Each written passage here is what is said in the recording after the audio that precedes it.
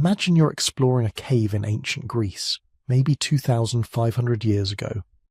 You're deep underground where the torchlight barely reaches, and suddenly your foot strikes something hard. You brush away the dirt and there it is, a bone, but not just any bone, a femur, a thigh bone.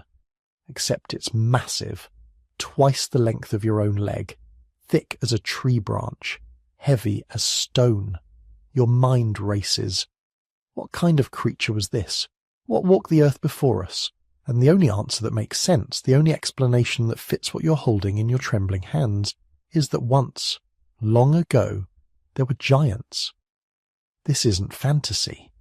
This actually happened, over and over again, across every continent, in every era of human history. People found bones that didn't make sense, skulls too large, ribs too thick, and from these discoveries, from these moments of awe and terror, the legends were born.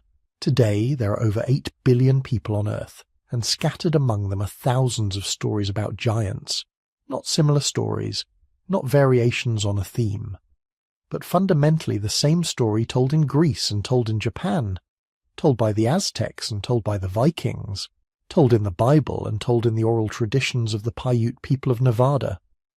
Everywhere humans have lived, they've remembered giants. Why? That's the question we're going to explore tonight. Not with easy answers or conspiracy theories, but by following the evidence wherever it leads. Through ancient fossil beds and medieval manuscripts, through medical journals and archaeological digs, through hoaxes and genuine mysteries that still don't have neat explanations. Because here's what makes the giant question so fascinating. It's not simple. It's not just myths made up around campfires. There's something real underneath all of it. Sometimes it's misidentified fossils, mammoth bones that look disturbingly human, dinosaur vertebrae that suggested creatures of impossible size. Ancient peoples didn't have paleontology. They had imagination and pattern recognition, and a desperate need to explain the inexplicable bones emerging from the earth. But sometimes it's something else entirely. Real human beings who grew to extraordinary heights because of medical conditions we now understand. Gigantism, acromegaly, genetic disorders that push the human body beyond its normal limits. Men and women who stood 8 feet tall, 9 feet tall, who were living, breathing giants walking among regular-sized people, becoming legends in their own lifetimes. And sometimes, just sometimes, the answer is that we don't really know. If you're using this to fall asleep, that's exactly why I make these. So maybe subscribe and tell me where you are and what time it is. I love checking the comments and seeing Tokyo at dawn, London at lunch, Los Angeles at midnight, all gathering around the same strange stories that have haunted humanity since we first learned to wonder. The journey ahead is going to take us places you might not expect. We'll stand in the valley of Elath where a shepherd boy named David faced a warrior the Bible says was over 9 feet tall. We'll examine the room in the Smithsonian where conspiracy theorists claim giant skeletons are hidden. Spoiler, it doesn't exist, but the real story is way more interesting. We'll meet Robert Wadlow, who grew to 8 feet 11 inches in the 1940s Illinois and needed leg braces just to walk. We'll explore the Cardiff Giant, one of the most successful hoaxes in American history, and ask why people wanted so desperately to believe it was real. We'll look at megalithic structures like Stonehenge and Baalbek, and wrestle with the uncomfortable question of why ancient peoples sometimes accomplish things that seem impossible, even with modern technology. And we'll sit with the folklore, the friendly giants and the man-eaters, the giants who helped humans and the ones who hunted them, the cosmic giants who held up the sky, and the earthy giants who taught us to farm. Every culture has these stories, and they tell us something important about the human need for wonder, for something larger than ourselves, literally. What this isn't is a simple debunking. Yes, we'll look at the hoaxes and the mistakes and the misidentifications, but we'll also acknowledge that the giant legends contain threads of genuine mystery, real fossil discoveries that confused ancient peoples, real medical conditions that created human beings of extraordinary size, real archaeological puzzles that still don't have satisfying answers. The line between myth and history isn't as clear as we'd like it to be. Sometimes the myths preserve memories of real things, distorted through centuries of retelling. Sometimes the history is stranger than the myths, and sometimes we just don't know, and that's okay too. So settle in, get comfortable. We're going to trace these shadows, these legends of beings taller than men, back through time to see what cast them. Some answers will surprise you, some will disappoint you, and some will leave you wondering, late at night when sleep is just out of reach, whether maybe, just maybe, there's more to the old stories than we've been told. The giants are waiting. Here's something strange. Ask someone from Greece about the old stories and they'll tell you about the Titans, massive beings who existed before the gods, who literally held up the sky and shook mountains when they walked. Travel north to Scandinavia and they'll describe the Jötnar, ice giants who lived at the edges of the world, being so large their footsteps carved valleys. Cross the ocean to the Americas, and indigenous peoples from Alaska to Argentina have stories of giant ancestors, enormous beings who shaped the landscape and sometimes fought against or alongside humans. Go east to China, and you'll hear about Pangu, the cosmic giant whose body became the world itself when he died, his breath becoming wind, his voice thunder, his limbs the four directions. In India, the Daityas tower through ancient texts, massive beings who challenged the gods themselves. The Maori of New Zealand tell of giant ancestors who fished up islands from the sea. The Aboriginals of Australia remember the giant beings of the Dreamtime who created the landscape and taught humans how to survive. Different continents, different languages, different gods, different creation stories, different moral systems. But somehow they all remember giants. This isn't a coincidence. It can't be. The prevalence of giant myths across virtually every human culture on Earth represents one of the most persistent patterns in all of human storytelling. Cultures that had no contact with each other for tens of thousands of years somehow developed remarkably similar traditions about beings much larger than normal humans who lived in the distant past. So what's going on? Why does every culture remember giants? The simple answer would be that giants really existed, that somewhere in our collective past humans encountered beings of extraordinary size, and these memories persisted across millennia, encoded in myth and legend. And we'll explore that possibility, believe me. But first, let's look at what modern anthropology and psychology suggest about why giant myths are so universal. The first theory is developmental. Children literally live in a world of giants. Every adult towers over you when you're 3 years old. Your parents are massive, powerful beings who control your entire existence. They can pick you up with one hand. They can reach things you can't reach. They understand things you don't understand. They seem to possess almost magical powers. Now imagine this from an evolutionary perspective. For millions of years, human children have looked up at adults and experienced them as giants. This perception gets encoded deep in our psychology, in the oldest parts of our brains where childhood memories and primal fears live together. Even as adults, we retain these early memories of being small in a world of giants. Some psychologists think our giant myths are just these childhood experiences projected backward into history, transformed into stories about when the giants were real and we were all small and vulnerable. But that doesn't explain the specificity of the myths, because giant stories aren't just about big people. They're about beings who lived before us, who shaped the world we inherited, who often died or disappeared, leaving behind a landscape marked by their existence. This suggests something more than just childhood memory. The second theory involves the landscape itself. Early humans travelled constantly, encountering bizarre geological formations that demanded explanation. massive boulders sitting alone in fields, clearly carried from somewhere else. Cave systems that seemed too perfectly shaped to be natural. Enormous trees that would take 20 people holding hands to encircle. Unusually regular hills that looked almost like burial mounds, but far too large for any human. And bones. Enormous bones. Mammoth femurs the size of tree trunks. Mastodon skulls with central nasal openings that could easily be mistaken for single eye sockets. Ancient elephant teeth the size of human heads. Long before modern paleontology, humans were finding these things and trying to make sense of them. Put yourself in their position. You're walking through a valley and you find a bone longer than you are tall, clearly a leg bone, but from something impossibly massive. You've never seen an elephant. Mammoths went extinct in most places thousands of years before your time. You have no framework for understanding what left this bone behind. The simplest explanation: giants. Beings like humans, but much, much larger. This wasn't ignorance. This was rational thinking based on available evidence.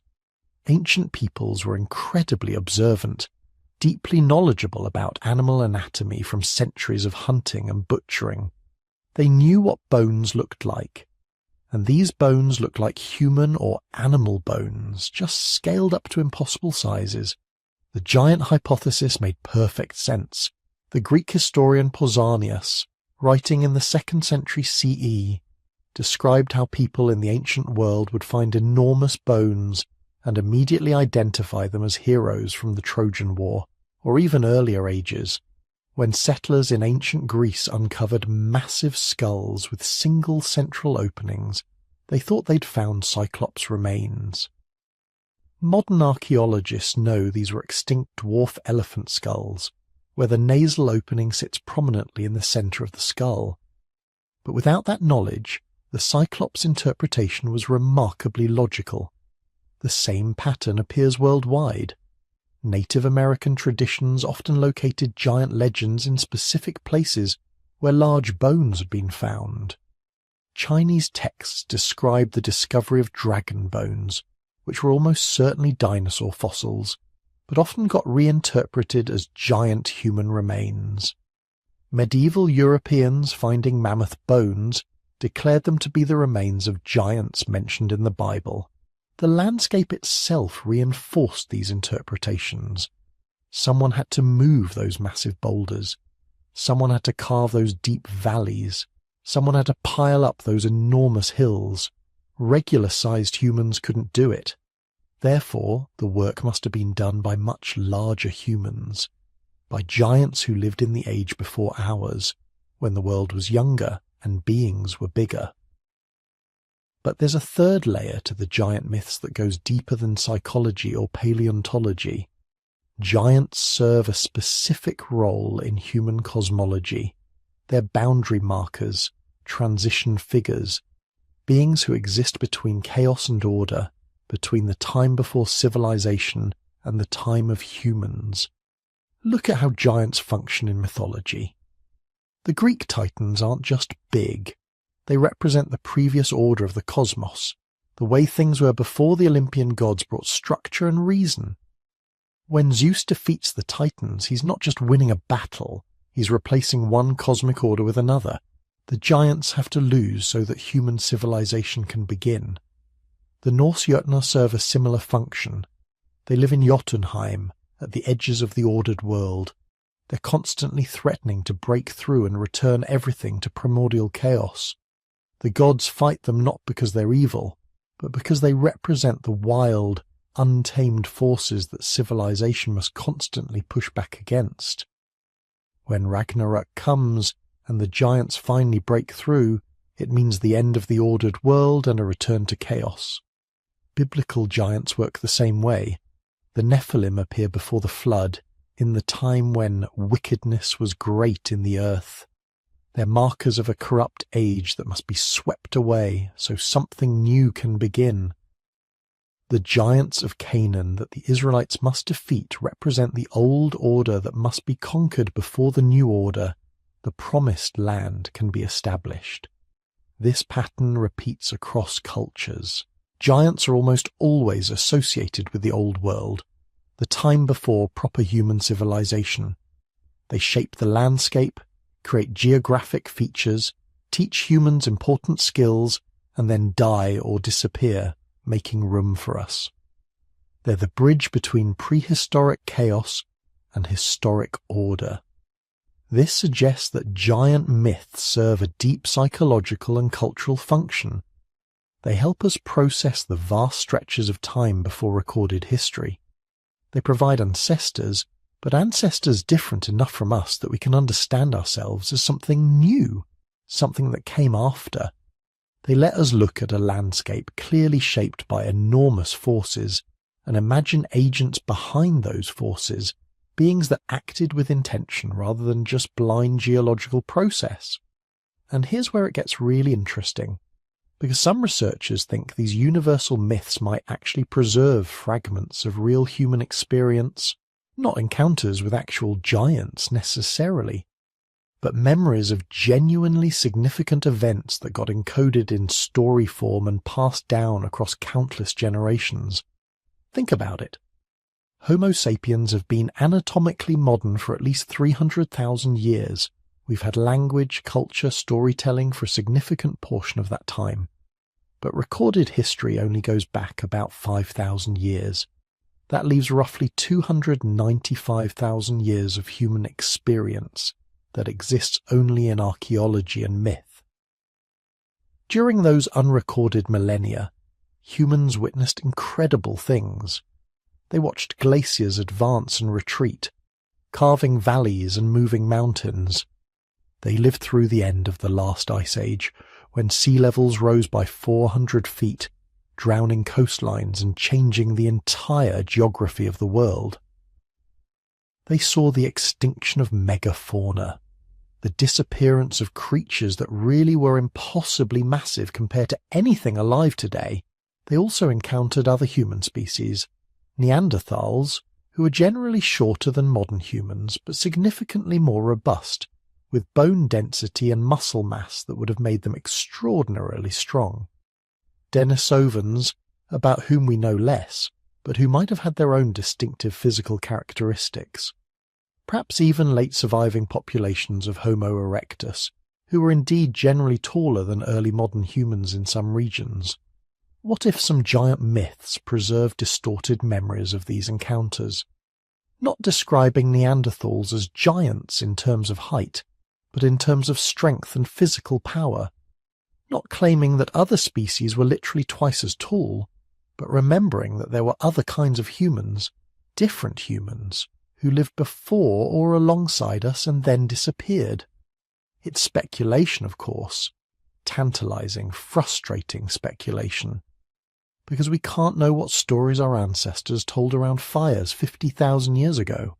We can only look at the myths that survived, written down relatively recently, and wonder what real experiences might lie buried beneath layers of retelling and embellishment.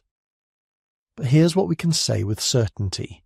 Human beings across every culture have looked at the world and felt that something larger preceded them. Whether that feeling comes from childhood psychology, from finding mysterious bones, from needing symbolic bridges between chaos and civilization, or from dim racial memories of genuine prehistoric encounters, the result is the same. Giants are universal. So now the question becomes more specific. Among all these universal myths, are there places where the myth and reality might touch? Where the stories might have started with something people actually found, actually saw, actually experienced? Because some of those ancient bones, those enormous fossils, were definitely real, and some of them were definitely found by pre-scientific peoples who had to explain them somehow. So let's talk about what they found and what they thought they were seeing. Imagine you're a shepherd in ancient Greece, around 500 BCE. You're walking through the hills near Samos looking for a lost goat when the ground gives way beneath your foot. You stumble, catch yourself, and look down to see what you've stepped on. There, jutting from the eroded hillside, is a bone. But not just any bone. This thing is massive, easily the size of your entire leg, maybe bigger. You start digging, carefully at first, then frantically. More bones, a skull the size of a wine barrel, teeth as long as your hand, and right there in the centre of the skull, a single massive hole, like a giant eye socket. You've just discovered something that will change your entire understanding of the world. You found proof that the old stories were true. The Cyclops was real, except you haven't found a Cyclops. You found a dwarf elephant, a species called Elephas falconeri that went extinct thousands of years before humans arrived on the Mediterranean islands. But you don't know that. Nobody in your world knows that. The concept of extinction won't be understood for another 2,300 years. The idea of evolution won't emerge for 2,400 years. All you know is that the stories your grandfather told you about one-eyed giants who lived in caves and hurled boulders at heroes suddenly make perfect sense. Because you're holding the evidence in your hands. This is geomythology. The study of how ancient peoples interpreted geological and paleontological discoveries within their cultural frameworks. And it turns out that what we call mythology was often ancient peoples' best attempt at scientific explanation. They weren't being foolish or superstitious. They were being rational, working with the evidence available and the intellectual tools their cultures had developed. The woman who really cracked this field wide open was Adrienne Mayer, a folklorist and historian of ancient science at Stanford. In the 1990s and early 2000s, she started systematically comparing ancient myths about giants and monsters with the locations of fossil deposits. The correlations were stunning. Virtually every place in the ancient Mediterranean world that had a tradition of giants or dragons was also a place where large prehistoric animal fossils could be found. And not just found randomly, but found in ways that ancient peoples would have encountered them, eroding out of cliffs, exposed by earthquakes, uncovered during mining operations. The Cyclops connection is probably the clearest example. Dwarf elephant skulls have been found on every major Mediterranean island where Cyclops myths originated. Sicily, Crete, Cyprus, Malta, the Greek islands. These elephants had evolved in isolation, shrinking over generations due to island dwarfism, the same evolutionary pressure that makes island species smaller when resources are limited.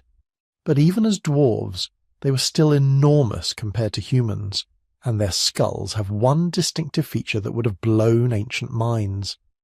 The nasal cavity, where the trunk attached, is right in the centre of the skull. It's large, roughly circular, and positioned exactly where you'd expect an eye socket to be if this was the skull of a giant humanoid creature. Ancient Greeks weren't stupid. They understood anatomy. They knew what human skulls looked like, what animal skulls looked like. But this thing didn't match anything in their experience. It was roughly humanoid in overall structure, but scaled up massively. And it had that single central eye socket. What else could it be but a Cyclops?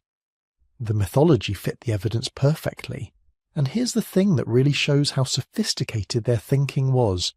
The ancient Greeks didn't just leave these bones where they found them and make up stories. They collected them. They displayed them in temples. They treated them as sacred relics, proof of the age of heroes. The historian Pausanias, writing in the 2nd century CE, describes numerous sites across Greece where the bones of giants and heroes were displayed. He mentions a 10-foot-long rib at the Oracle of Delphi, said to belong to a Titan. He describes massive bones at Tegea, supposedly from the giant Orestes. He talks about enormous skulls and thigh bones displayed in temples from Athens to Sparta. These weren't random claims. These were documented collections, what we'd now call museums, places where physical evidence was preserved and interpreted. The Greeks were doing paleontology. They just didn't have the theoretical framework to understand what they were actually looking at. They couldn't conceive of creatures that had lived millions of years before humans, then gone completely extinct. That idea would have been intellectually impossible within their worldview, so they interpreted the evidence through the only framework available, the heroic past described in their mythologies. The Chinese were doing the same thing, completely independently on the other side of the world. Traditional Chinese medicine has used dragon bones for thousands of years. Ground up and used in medicines, these bones were supposed to have healing properties. For centuries, nobody questioned what dragon bones actually were. They were just something you bought from apothecaries, probably from dragons, obviously. Then in the early 20th century, Western paleontologists started paying attention to where these dragon bones were coming from, and they discovered something incredible. The bone dealers of China had been systematically mining some of the richest dinosaur fossil deposits in the world. Those dragon bones were real. They just weren't from dragons. They were from dinosaurs, giant mammals, prehistoric reptiles. But again, the ancient Chinese weren't being irrational. They found massive bones, far larger than any living animal they knew. The bones were often found in remote mountains and caves, exactly the kinds of places where legendary creatures were said to dwell.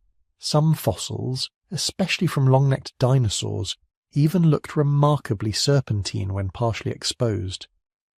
If you encountered a series of enormous vertebrae snaking through a rock face, partially visible, partially hidden, what would you think you'd found? A dragon, right? The dragon mythology explained the physical evidence. What's even more fascinating is how widespread this pattern is. Virtually every ancient culture that left written records also left records of finding giant bones. The Romans collected mammoth fossils and displayed them as evidence of giants. Native American tribes across North America have traditions about giant creatures, and many of these traditions specifically mention finding large bones. In some cases, we can directly link these traditions to specific fossil sites. The Sioux have stories about thunderbirds, enormous flying creatures. The Black Hills, where these stories are strongest, are also rich in pterosaur fossils. Coincidence? Probably not. The Mediterranean region was particularly rich in these discoveries because of the geology. Lots of limestone, which preserves fossils beautifully, lots of seismic activity which constantly exposes new layers, and lots of mining and quarrying, which meant ancient peoples were constantly encountering bones in the rock. When you're digging a foundation for a temple and you uncover the leg bone of a Deinotherium, an extinct elephant relative that stood 12 feet at the shoulder, you're going to have questions. And the answer isn't going to be, this is from an extinct species of elephant that lived 2 million years ago. That answer is literally unavailable to you. So you're going to go with, this is from a giant. And you're going to be wrong, but you're not going to be stupid. You're going to be rational within the limits of your knowledge.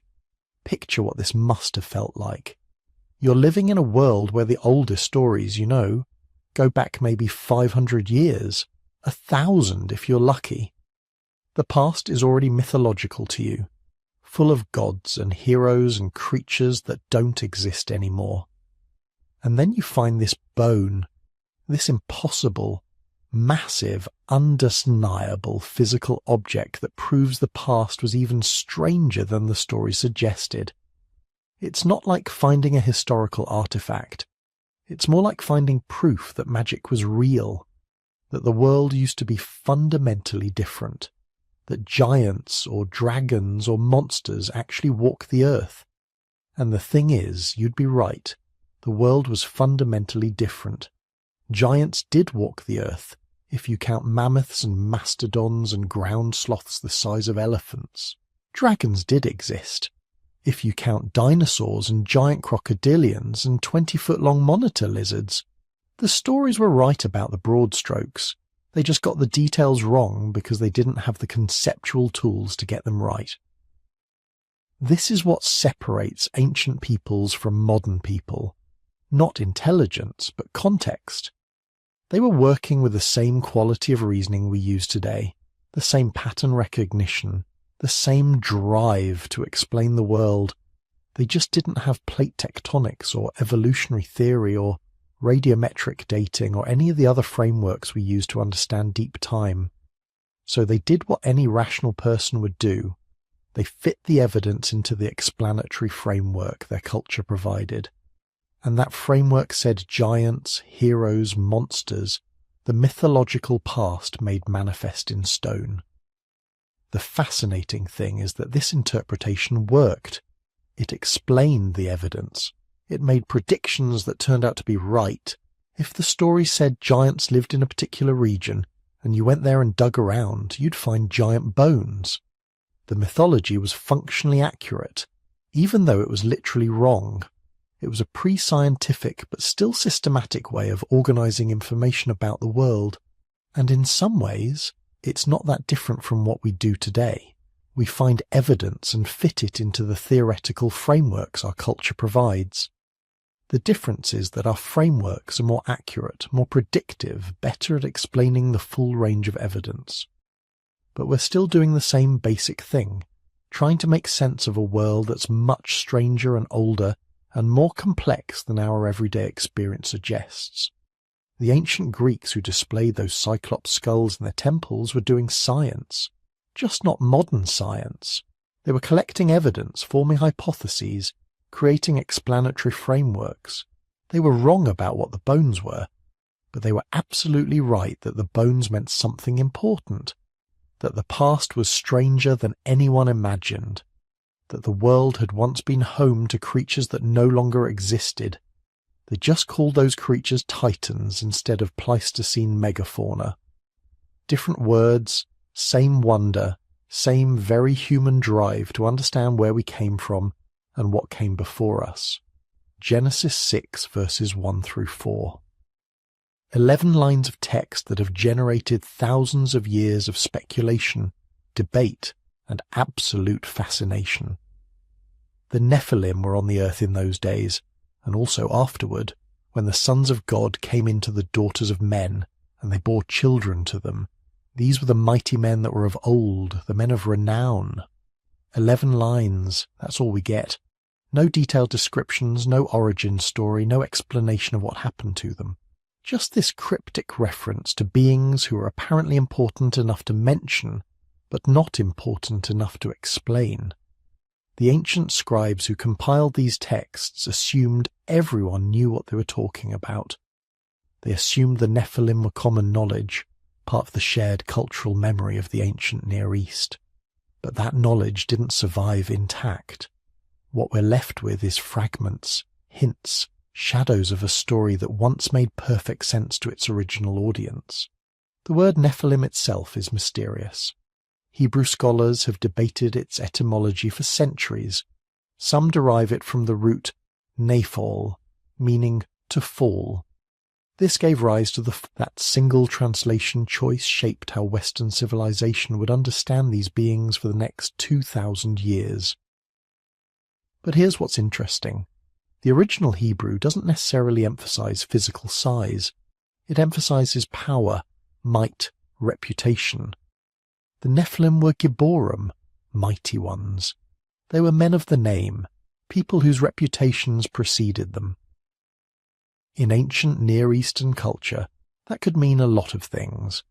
Famous warriors, legendary kings, warlords whose military prowess made them seem more than human, not necessarily individuals who stood 12 feet tall. The sons of God phrase creates another puzzle. In the ancient Near Eastern context, this phrase had multiple possible meanings. Some early Jewish and Christian interpreters took it literally. Divine beings, angels, something from the celestial realm mating with human women and producing superhuman offspring. This interpretation shows up in early Jewish texts like the Book of Enoch, which elaborates the Genesis account into an entire mythology of angelic rebellion and forbidden knowledge. But other scholars point to alternative readings. In ancient Hebrew culture, sons of God could simply mean sons of the gods, powerful men, rulers, individuals from the elite class.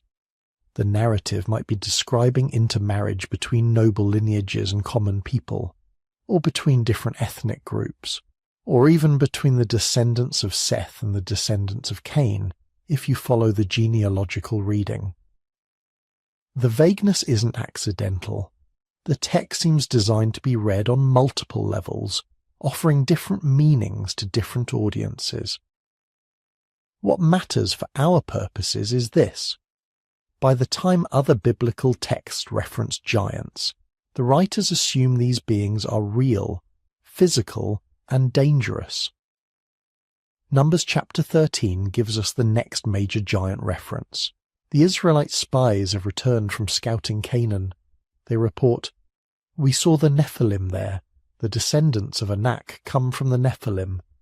We seemed like grasshoppers in our own eyes, and we looked the same to them." This is where things get historically interesting. Unlike the Genesis reference, which is set in mythical pre-flood times, the Numbers account is placed in a specific historical and geographical context. The land of Canaan, roughly corresponding to modern Israel and Palestine, during what would have been the Late Bronze Age. And the Anakim aren't just mythological constructs, they're described as an actual people group, living in actual cities. Hebron, Gaza, Gath. These are real places, places we can excavate, places with archaeological records.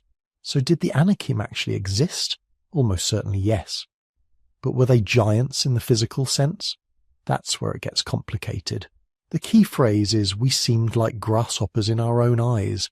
This isn't necessarily objective measurement, it's psychological.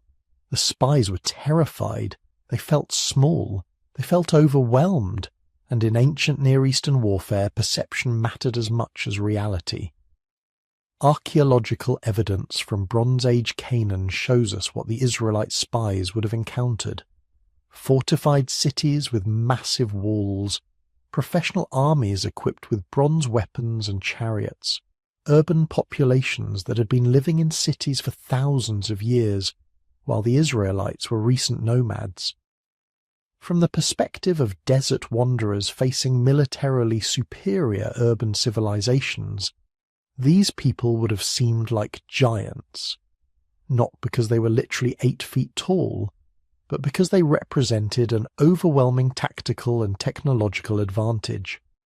Some scholars suggest the Anakim might have been a warrior class or military caste within Canaanite society, elite soldiers, specially trained and equipped, possibly selected for physical size and strength. Ancient armies did this.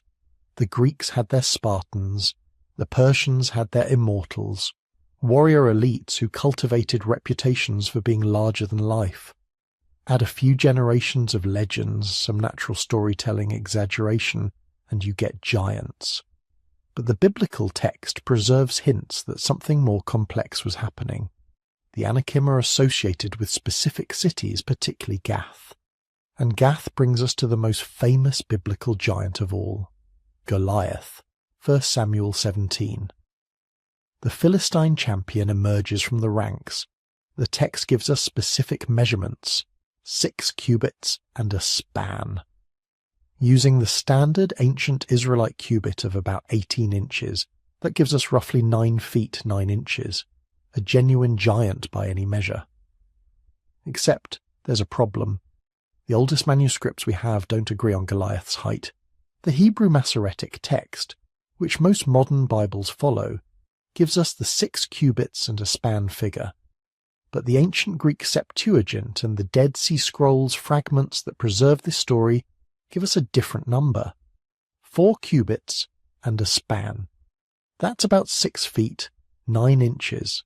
Still notably tall, especially for the ancient world where average male height was probably around 5'4".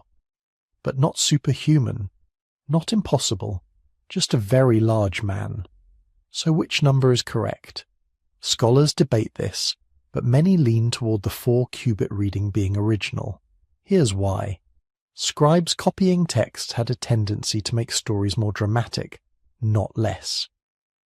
If you're copying an ancient manuscript and you see Goliath described as 6'9", you might be tempted to make him even more impressive. 9'9" certainly does that. But the reverse is unlikely. No scribe would take a 9-foot giant and make him smaller. That diminishes the story. This suggests that the original account might have described a very tall but not impossible human warrior. Over centuries of transmission, his height grew in the retelling until it reached superhuman proportions. This is exactly what we'd expect from oral tradition before texts became standardized. Details get embellished. Heroes become more heroic. Villains become more terrifying. But whether Goliath was 7 feet or 10 feet, he served a specific literary and cultural function. In ancient Near Eastern mythology, giants represented chaos, the untamed forces that stood against civilization and divine order. The Mesopotamian creation epic Enuma Elish describes the god Marduk defeating the giant chaos monster Tiamat. Egyptian mythology featured the god Seth, often depicted as abnormally large, representing disorder and violence. Giants were narrative shorthand for existential threats, enemies so dangerous they required divine intervention to defeat. The biblical giant narratives fit this pattern perfectly. The Nephilim appeared just before the flood, the great divine reset of creation. The Anakim and other giant peoples occupy the Promised Land, blocking Israel's divinely ordained destiny. Goliath defies the armies of the living God and blasphemes the divine name. In each case, giants represent obstacles that can't be overcome through normal human means. They require faith, divine assistance, or miraculous intervention. This is why David defeats Goliath with a sling stone rather than conventional weapons. The narrative isn't primarily about military tactics, it's about divine power overcoming human impossibility. The giant must be giant for the theological point to work. Some biblical texts preserve what might be historical memories of actual tall peoples in the region. Deuteronomy 2 mentions the Rephaim, described as a people as great and numerous and tall as the Anakim. It places them in specific territories: Bashan, Moab, Ammon. Some scholars have attempted to connect these biblical references with archaeological evidence. The region of Bashan, northeast of the Sea of Galilee, contains numerous megalithic structures, dolmens made of massive stone slabs. Could these have been built by the Rephaim? Probably not. The dolmens date to various periods, and there's no evidence of an unusually tall population in the region. But the dolmens might have inspired the legends. Ancient peoples encountering these mysterious stone structures, having no idea who built them or why, might have concluded they were the work of giants. We've seen this pattern everywhere. Mysterious ancient constructions plus cultural amnesia equals giant legends. The Bible preserves one more tantalizing detail. Deuteronomy 3 describes the bed of Og, king of Bashan, described as made of iron. The text gives measurements: 9 cubits long, 4 cubits wide. That's about 13 feet by 6 feet. The narrative treats this bed as a tourist attraction, something people could go and see. Is it not in Rabbah of the Ammonites? Was this an actual oversized bed that ancient visitors could inspect? Or was it a sarcophagus, a dolmen, some other large stone structure that later traditions associated with a giant king? We don't know. The site hasn't been definitively identified. But the detail suggests that real physical objects, probably megalithic structures, were being interpreted through the lens of giant legends. What's clear is that by the time these texts were being written and compiled, roughly between 900 and 400 BCE, giant narratives served multiple functions. They explained mysterious ancient ruins. They dramatized conflicts with militarily superior neighbors. They provided theological frameworks for understanding divine intervention in human history. And they connected Israelite identity to an ancient cosmic struggle between order and chaos. The giants weren't just enemies. They were the enemies, the ultimate others, beings whose very existence represented everything that stood against the divine plan. Defeating them, or in most cases surviving their defeat by divine power, became central to how ancient Israel understood its own history and purpose. But these stories didn't develop in isolation. They emerged from and contributed to a broader ancient Near Eastern tradition of giant legends. Similar beings appear in Mesopotamian, Hittite and Ugaritic texts. The biblical versions are part of a shared cultural vocabulary, variations on themes that resonated across the ancient world. Understanding this doesn't diminish the texts. It contextualizes them, shows how ancient peoples used narrative and symbol to make sense of their world. Whether the Nephilim were fallen angels or legendary warriors, whether Goliath stood 7 feet or 10 feet, the stories served their purpose. They captured something real about human experience, the feeling of facing overwhelming opposition, the terror of enemies who seem invincible, the hope that somehow, against all odds, the weak might triumph over the strong, and that hope, more than any literal interpretation of ancient measurements, is what kept these stories alive for 3,000 years. Now we need to talk about something that changes the entire conversation, because while ancient peoples were finding mammoth bones and creating legends, while scribes were recording stories of the Nephilim and Anakim, there were actual humans walking among them who would have seemed like giants. Not metaphorical giants, not legendary figures from the distant past. Real people whose bodies had grown far beyond normal human proportions. These weren't mutations or different species. They were ordinary humans with extraordinary medical conditions, and understanding them might explain more about giant legends than any fossilized mammoth femur ever could. Let's start with the science. Deep in the center of your brain, about as far from the outside world as you can get, sits a small gland called the pituitary. It's roughly the size of a pea, weighs about 0.5 gram, and it controls almost everything about how your body grows. Throughout childhood and adolescence, this tiny organ releases growth hormone in carefully regulated pulses. Not too much, not too little. Just enough to guide your bones and tissues through their developmental program until you reach your genetically programmed adult height. Then, usually around age 18 to 25, special plates in your long bones fuse closed. Growth stops. The program completes. You're done growing taller. But sometimes the pituitary gland doesn't get the message, or more precisely, a tumor develops in the gland, a usually benign growth that starts pumping out growth hormone without regulation, without the normal feedback systems that tell this to stop. If this happens before those bone plates fuse, before growth is supposed to stop, you get a condition called pituitary gigantism. The affected individual just keeps growing and growing. 6 feet becomes 7, 7 becomes 8. The skeleton stretches beyond anything human genetics ever intended. Bones lengthen past the point where muscles and connective tissues can properly support them. Organs struggle to supply blood and nutrients to a body that's become too large for its own circulatory system. If the tumor develops after the growth plates have fused, you get something different but equally dramatic. Acromegaly. The bones can't get longer anymore, but growth hormone still floods the system. So instead, bones get thicker, denser. The hands and feet enlarge. The jaw protrudes forward. The brow ridge becomes prominent. Facial features coarsen and change. Internal organs continue growing, sometimes dangerously so. The heart enlarges, struggling to pump blood through an increasingly oversized body. Both conditions are devastating. Before modern medicine, they were often fatal.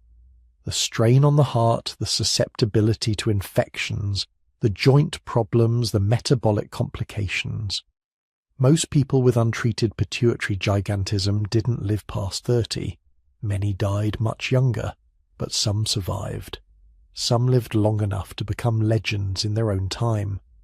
Robert Pershing Wadlow was born in Alton, Illinois on February 22, 1918. Normal birth weight, normal length, No indication of anything unusual, but by age 5 he was already 5 feet 4 inches tall, taller than most adult women. By age 8 he stood 6 feet. At 13 he became the tallest Boy Scout in the world at 7 feet 4 inches. His growth never stopped. When Robert Wadlow died in 1940 at age 22, he measured 8 feet 11 inches tall. The tallest reliably measured human being in recorded history. He needed leg braces to walk. His shoes were size 37, custom made, costing about $100 a pair in 1930s money. He had to duck through doorways, sleep in a specially constructed bed, sit in reinforced furniture. Every aspect of daily life required accommodation. But here's what's remarkable. Robert Wadlow wasn't treated as a freak or an outcast. He was gentle, intelligent, articulate. He studied to become a lawyer. He travelled across America as a promotional representative for a shoe company, visiting over 800 towns and appearing at countless events. Newspapers called him the gentle giant. Children loved him. Adults respected him. He was by all accounts a kind and patient man who handled his condition with remarkable grace, despite the constant physical pain it caused him. He died from an infected blister caused by his leg braces, a small wound that his compromised immune system couldn't fight off. Sepsis spread through his oversized body faster than 1940s medicine could treat it. He was buried in a reinforced concrete vault in Alton. His family concerned that curiosity seekers might try to steal his body for exhibition. Robert Wadlow lived in an age of photography, medical documentation, careful measurement. We know exactly how tall he was because dozens of doctors examined him. We have hundreds of photographs. We understand his condition because we can study pituitary tumours, measure growth hormone levels, track the physiological cascade that causes gigantism. But imagine if Robert Wadlow had lived 3,000 years ago, in an ancient village without medical science, without photography, without any framework to understand what was happening to him. He would have seemed supernatural, blessed by the gods or cursed by them, depending on who was interpreting. His bones, if found centuries later, would have launched 1,000 legends. The stories of his height would have grown with each retelling, 8 feet 11 inches becoming 9 feet, then 10, then 12. Within a few generations, Robert Wadlow of Alton might have become Wadlow the Titan, a giant king who ruled in ancient times, whose bones proved that gods once walked the earth. This isn't speculation.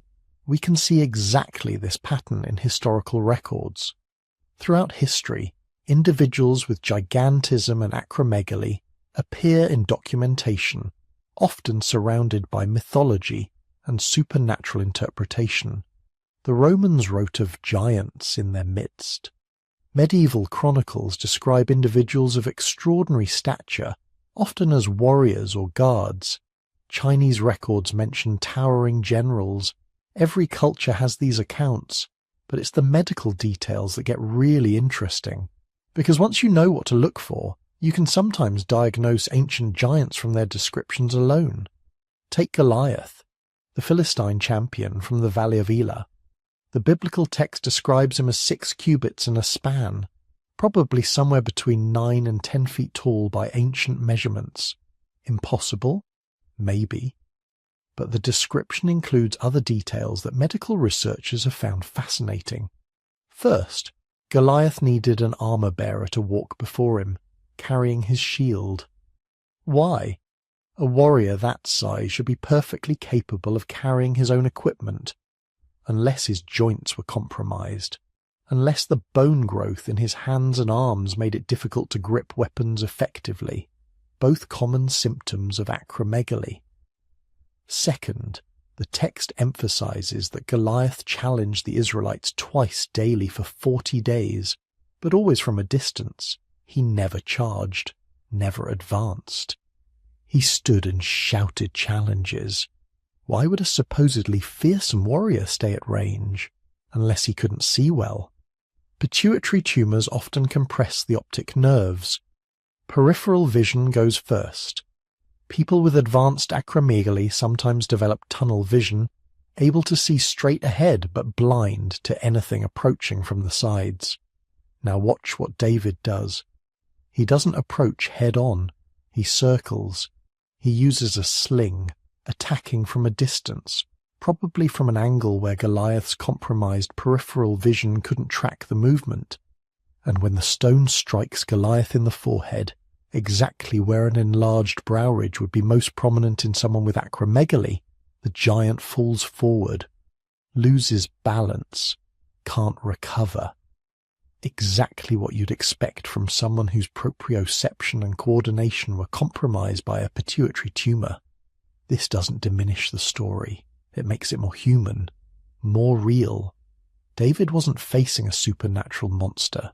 He was facing a man whose body had betrayed him, whose medical condition made him simultaneously terrifying in appearance and vulnerable in combat. The courage required to face Goliath doesn't decrease because we can diagnose his condition. If anything, understanding the reality makes the account more plausible, more grounded in the actual experiences of ancient peoples. And here's where the giant legends start making perfect sense. Pituitary gigantism is rare, but it's not that rare. Modern estimates suggest it occurs in about 3 to 4 cases per million people per year. In ancient populations, before modern medicine, these individuals would have been more visible, not less. They couldn't be tucked away in hospitals. They lived in their communities if they survived, and when they died, their bones remained. Massive skeletons buried in ordinary graves, discovered decades or centuries later by people who had no framework to understand what they were seeing. A single individual with gigantism in a small ancient community would become the stuff of immediate legend. Stories would spread. Other villages would hear about the giant who lived in the mountains, or the enormous warrior who defended the valley. These stories would merge with other giant stories from other regions, each one based on a real person with a real medical condition. Layer in the occasional mammoth bone discovery, mix in religious texts about the Nephilim and Anakim, and suddenly you have a complete mythology. Giants walked the earth in ancient days. Their bones prove it. The stories prove it. The sacred texts prove it. Except what you really have is human biology operating at its extremes. Rare genetic conditions creating extraordinary individuals who lived brief, difficult lives but left lasting impressions on their communities. The giants were real. They just weren't supernatural. They were human, painfully, tragically human, living in bodies that grew beyond what human physiology can properly support, dying young from complications we now understand and can sometimes treat. We remember them as monsters or demigods. We should remember them as people, as Robert Wadlow, gentle and patient despite constant pain. As whatever Goliath's real name was, a man whose body failed him at the worst possible moment. As thousands of unnamed individuals throughout history, whose unusual height made them objects of wonder, fear, worship, or persecution. Their stories became the foundation of our giant myths, but their reality was far more interesting than any legend. Because the truth is this: the human body is capable of extraordinary variations, sometimes beautiful, sometimes terrible, always remarkable. And when those variations appeared in ages before medical science could explain them, people did what people have always done. They created stories. Stories big enough to match what they were seeing. Stories that would outlive the individuals by thousands of years. Stories that would eventually become the giant legends we're still trying to understand today. But bones and medical conditions can only explain so much. Because not all giant stories came from real people or real fossils.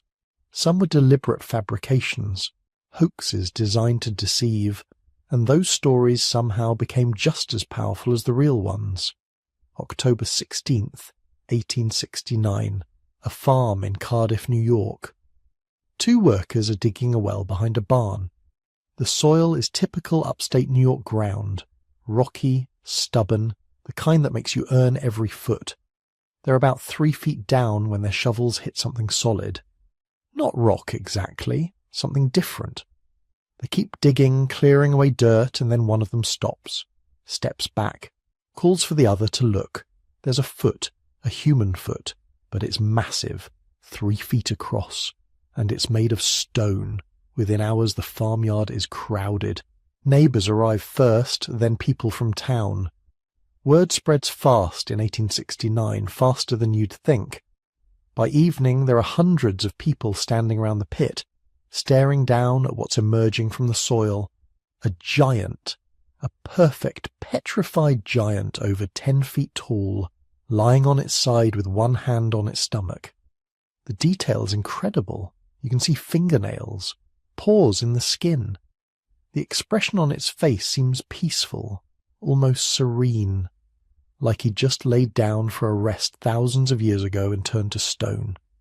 The farmer who owned the land, a man named William Newell, he charged admission immediately.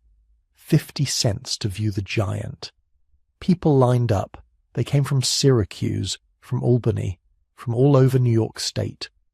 Within days he raised it to $1. People still came. Crowds so large they had to set up viewing times. The newspapers went wild. Was this proof of the biblical giants? Evidence of an ancient race? A victim of Noah's flood who'd been petrified by divine judgment? Scientific opinion was divided, which only made it better for the crowds. Some declared it an authentic petrified human. Others called it a statue carved by ancient peoples. A few skeptics suggested it might be more recent, but they were drowned out by the excitement. This was exactly what people wanted to find. Physical proof that the old stories were real, that the world was stranger and more wonderful than modern science suggested, that giants had walked the earth. What nobody knew yet was that the whole thing was a con, and an elaborate one. The farmer William Newell had a cousin named George Hull. A year earlier they'd been in Iowa, and Hull had gotten into an argument with a Methodist revivalist preacher about biblical literalism. The preacher insisted that giants had existed because the Bible said so, and the Bible couldn't be wrong. Hull was an atheist and a schemer, and sitting there listening to this preacher an idea formed. If people were this desperate to believe in biblical giants, he could give them one, and make a fortune doing it. He bought a 5-ton block of gypsum from a quarry in Iowa, told the quarry workers it was for a patriotic monument, had it shipped to Chicago where he hired a stonecutter named Edward Burghardt to carve it. The instructions were specific. Make it look like a petrified giant, 10 feet tall, anatomically correct but obviously ancient. They worked on it for months, carving, aging the surface with sulfuric acid to create weathering, pounding it with darning needles to simulate pores. When it was finished, Hull had it shipped to his cousin's farm in Cardiff. They buried it at night, let it sit for a year while the ground settled around it, then arranged for those workers to dig a well in exactly that spot. The Cardiff giant made them rich. For a while. Within weeks, a syndicate bought 3/4 ownership for $30,000, which would be over $700,000 today. They moved the giant to Syracuse, then to New York City. Thousands paid to see it. But here's where the story gets even better.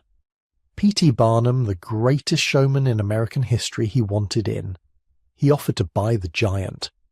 When the owners refused, Barnum did what Barnum did.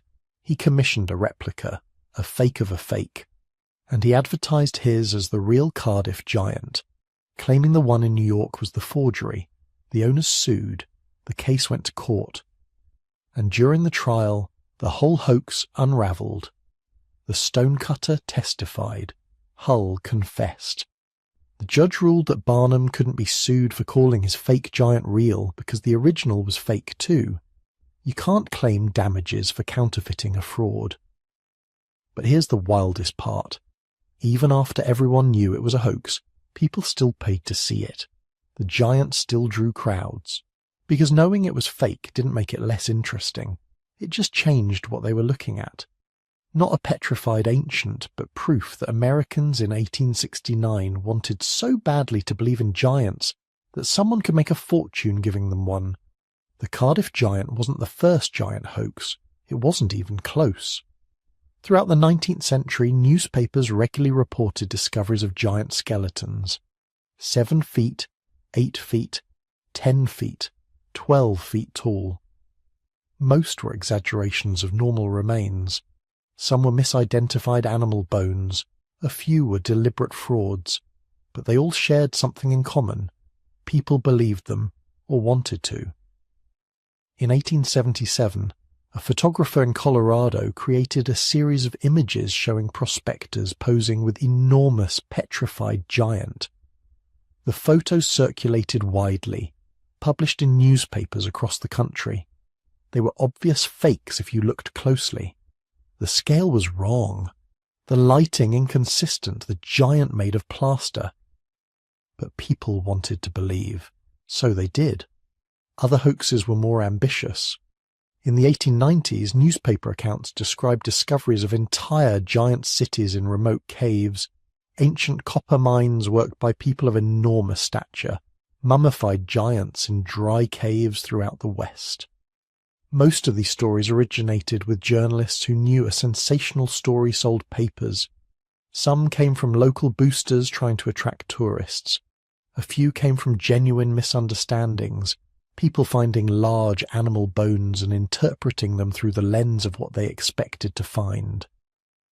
The early 20th century brought photographic hoaxes, crude composites showing archaeologists standing next to titanic skeletons. These proliferated in the age of tabloid newspapers, then again with the internet. Each generation's technology enabled new kinds of fraud. Each generation's audience proved equally willing to believe. But why? That's the interesting question. Why were people so eager to accept these obvious frauds? It wasn't stupidity. Many of the people who believed in the Cardiff giant were educated, intelligent, normally skeptical. Something about giants short-circuited their critical thinking, made them want to believe despite the evidence. Part of it was religious. In 19th century America, biblical literalism was widespread. If the Bible mentioned giants, giants must have existed. Finding physical proof validated everything else in Scripture. It made faith tangible. You could point to a 10-foot statue and say, see, the old stories are true. Everything our grandparents told us about the ancient world is real. But it went deeper than religion. Giants represented something fundamental about how we understand the past. The ancient world seems larger than life in our imagination. Greater, more mythic. Finding physical giants confirmed that feeling. It suggested that the past really was different. That humans used to be more than we are now, stronger, bigger, closer to the divine. There's something deeply appealing about that narrative. It makes history meaningful in a way that dry facts about normal-sized ancient people never can. Giants also provided simple answers to difficult questions. How did ancient peoples build massive stone structures? Giants did it. How do we explain the enormous bones sometimes found in caves? Giants. The world is full of mysteries, and giants resolve them all at once. No need for complex theories about construction techniques or Ice Age megafauna. Just giants. Big people who could do big things. The hoaxes damaged legitimate archaeology in ways we're still dealing with. When genuine discoveries of unusually tall individuals were reported, people assumed they were frauds like Cardiff. When archaeologists tried to explain that some ancient peoples were taller on average than modern populations due to diet or genetics, they were dismissed as part of a cover-up. The frauds poisoned the well. They made it impossible to have nuanced conversations about human physical diversity in the past. They also created a template that conspiracy theorists still use.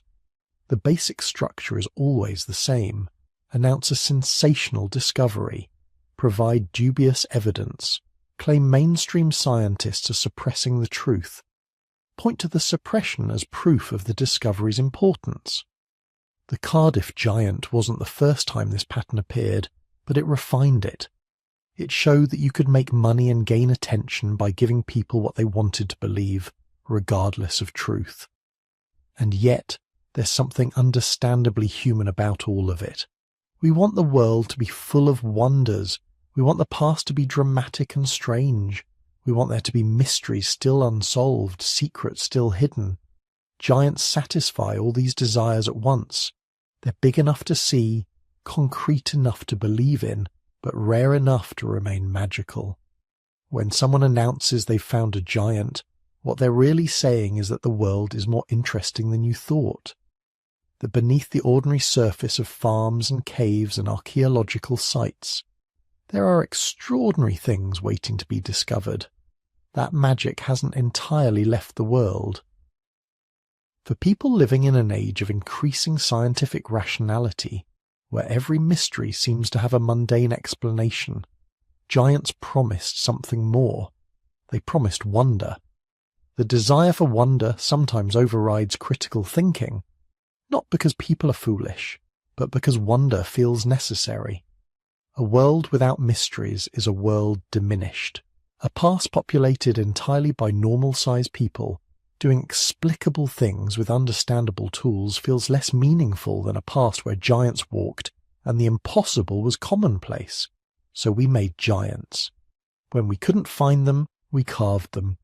When we carved them and got caught, we carved them again. And even when everyone admitted they were fake, we paid to see them anyway. Because what we were really looking at wasn't gypsum carved to look like a petrified giant.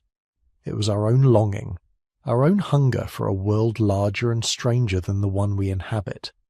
The Cardiff giant wasn't a hoax because someone made a fake giant. It was a hoax because we made ourselves believe it. And in a way, that tells us more about who we are than any real giant ever could. Picture this. A dusty attic deep beneath the Smithsonian. Wooden crates stacked to the ceiling. Faded shipping labels from forgotten expeditions. A single bare light bulb swinging slowly. And inside those crates, skulls with double rows of teeth. Leg bones longer than a man is tall. The remains, we're told, of a race of giants that walked North America before history began. Hidden, suppressed. Erased from the record so the official story of human evolution could remain neat and manageable. It's a powerful image. It feels like the opening shot of a movie you'd absolutely keep watching. And for a lot of people, this isn't just a movie scene. It's a belief, a conviction that the Smithsonian Institution, the symbol of American science and museums, once collected giant skeletons by the wagon load, and then quietly made them disappear. In this chapter, we're going to walk slowly into that attic. Not the imaginary one in the conspiracy stories, but the real historical attic. 19th century newspapers, early excavation practices, institutional politics, and the very human tendency to mistrust big, powerful organizations. We're not here to mock. We're not here to sneer at people who ask questions. We're here to separate the bones of fact from the cartilage of rumor, to see what's actually buried under all those dramatic headlines. Let's start at the supposed beginning. If you search for Smithsonian giant skeletons, you'll find the same pattern repeated over and over.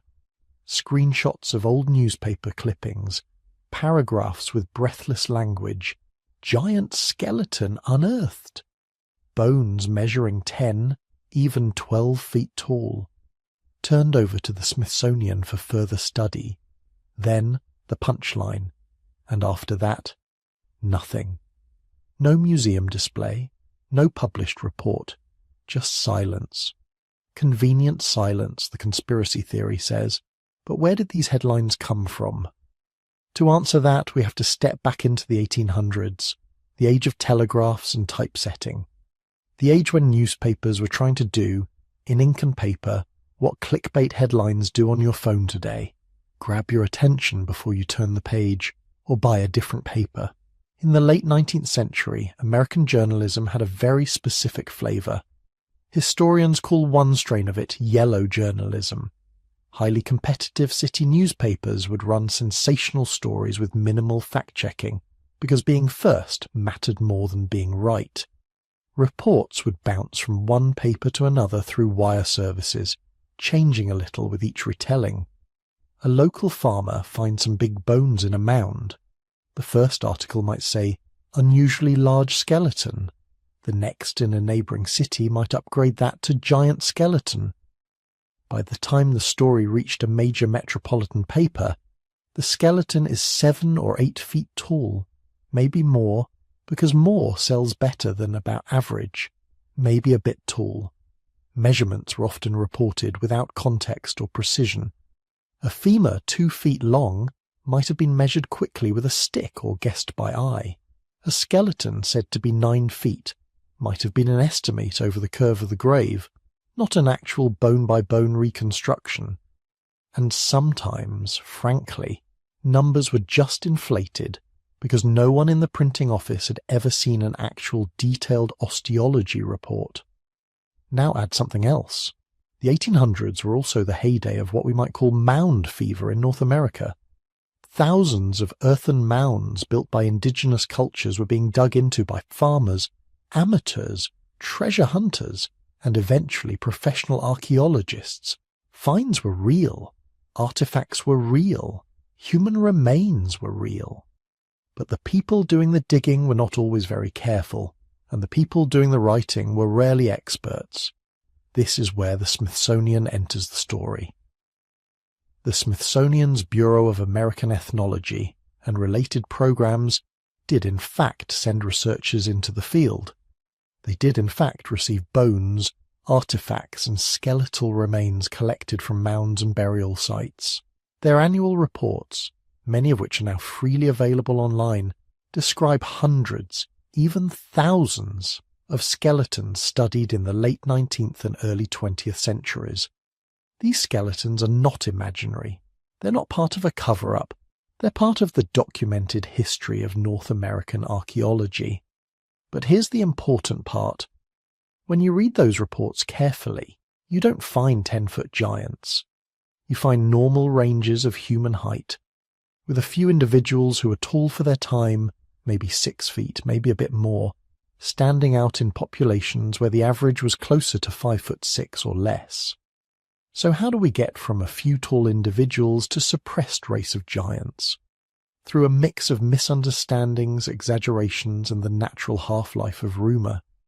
Many 19th century newspaper stories that mention the Smithsonian never involved a Smithsonian scientist on site. A local digger might say, "We'll send these to the Smithsonian," or a journalist might assume that was the logical destination and write it as a fact. Later retellings would smooth over the uncertainty. The skeletons were turned over to the Smithsonian, whether they ever arrived or not. In other cases, boxes of bones did arrive, and then disappeared in a different, much more mundane way. Not into a secret vault of forbidden knowledge, but into the chaos of early collections management. Museums in the 1800s and early 1900s were not the carefully controlled, climate-regulated institutions we imagine today. Catalogue systems were basic. Specimens were often poorly labelled, sometimes not labelled at all. Remains from multiple sites might be jumbled together. Over time, boxes could be misplaced, misfiled, reclassified, or quietly discarded if they were damaged or considered redundant. This isn't a uniquely Smithsonian problem. It's a problem of early science in general. The same was true in European museums, in university collections, in local historical societies. The idea of long-term, meticulously trackable curation was still evolving. So when someone goes looking, in the 21st century, for a specific skeleton mentioned in an 1870 newspaper clip, they often can't find it. The paperwork never existed, or was never complete. The bones were catalogued in a vague way or lumped in with a general lot of remains from Ohio mounds or Tennessee burials, or they were reburied or repatriated or lost in a building move. To a conspiracy-minded thinker, that absence looks suspicious. To a historian of science, it looks depressingly normal. But if it's so normal, why does the idea of a deliberate cover-up have such staying power? Part of the answer has nothing to do with bones at all, and everything to do with trust.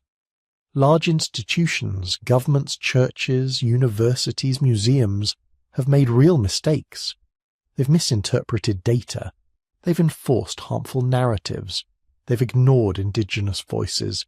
They've sometimes been slow to correct themselves, or resistant to evidence that challenged their frameworks. In North America, early archaeology often treated Native American remains as objects, not ancestors. Skeletons were taken without consent, displayed without respect, and studied through lenses that downplayed the complexity and antiquity of indigenous cultures. The mound builder myth itself, the idea that some vanished non-native race built the earthworks, was used to deny native peoples their own history. That's not conspiracy theory. That's documented reality.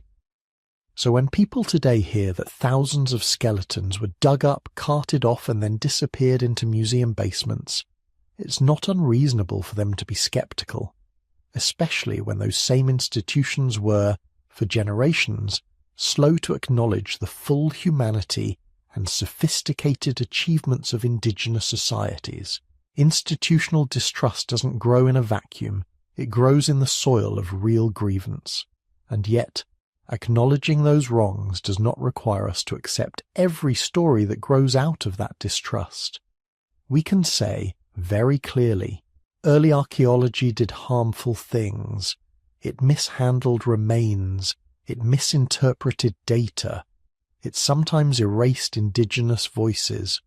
All of that is true. We can also say there's no solid evidence that the Smithsonian or any other major institution systematically hunted down and destroyed 10-foot-tall giant skeletons to protect a fragile scientific theory. When you look closely at the origin points of specific giant stories, a pattern emerges. A reporter hears an excavation found large bones. The story runs with embellished details. Another paper copies it with even more flair. The original bones are never measured properly, never photographed with scale, never described in a peer-reviewed report.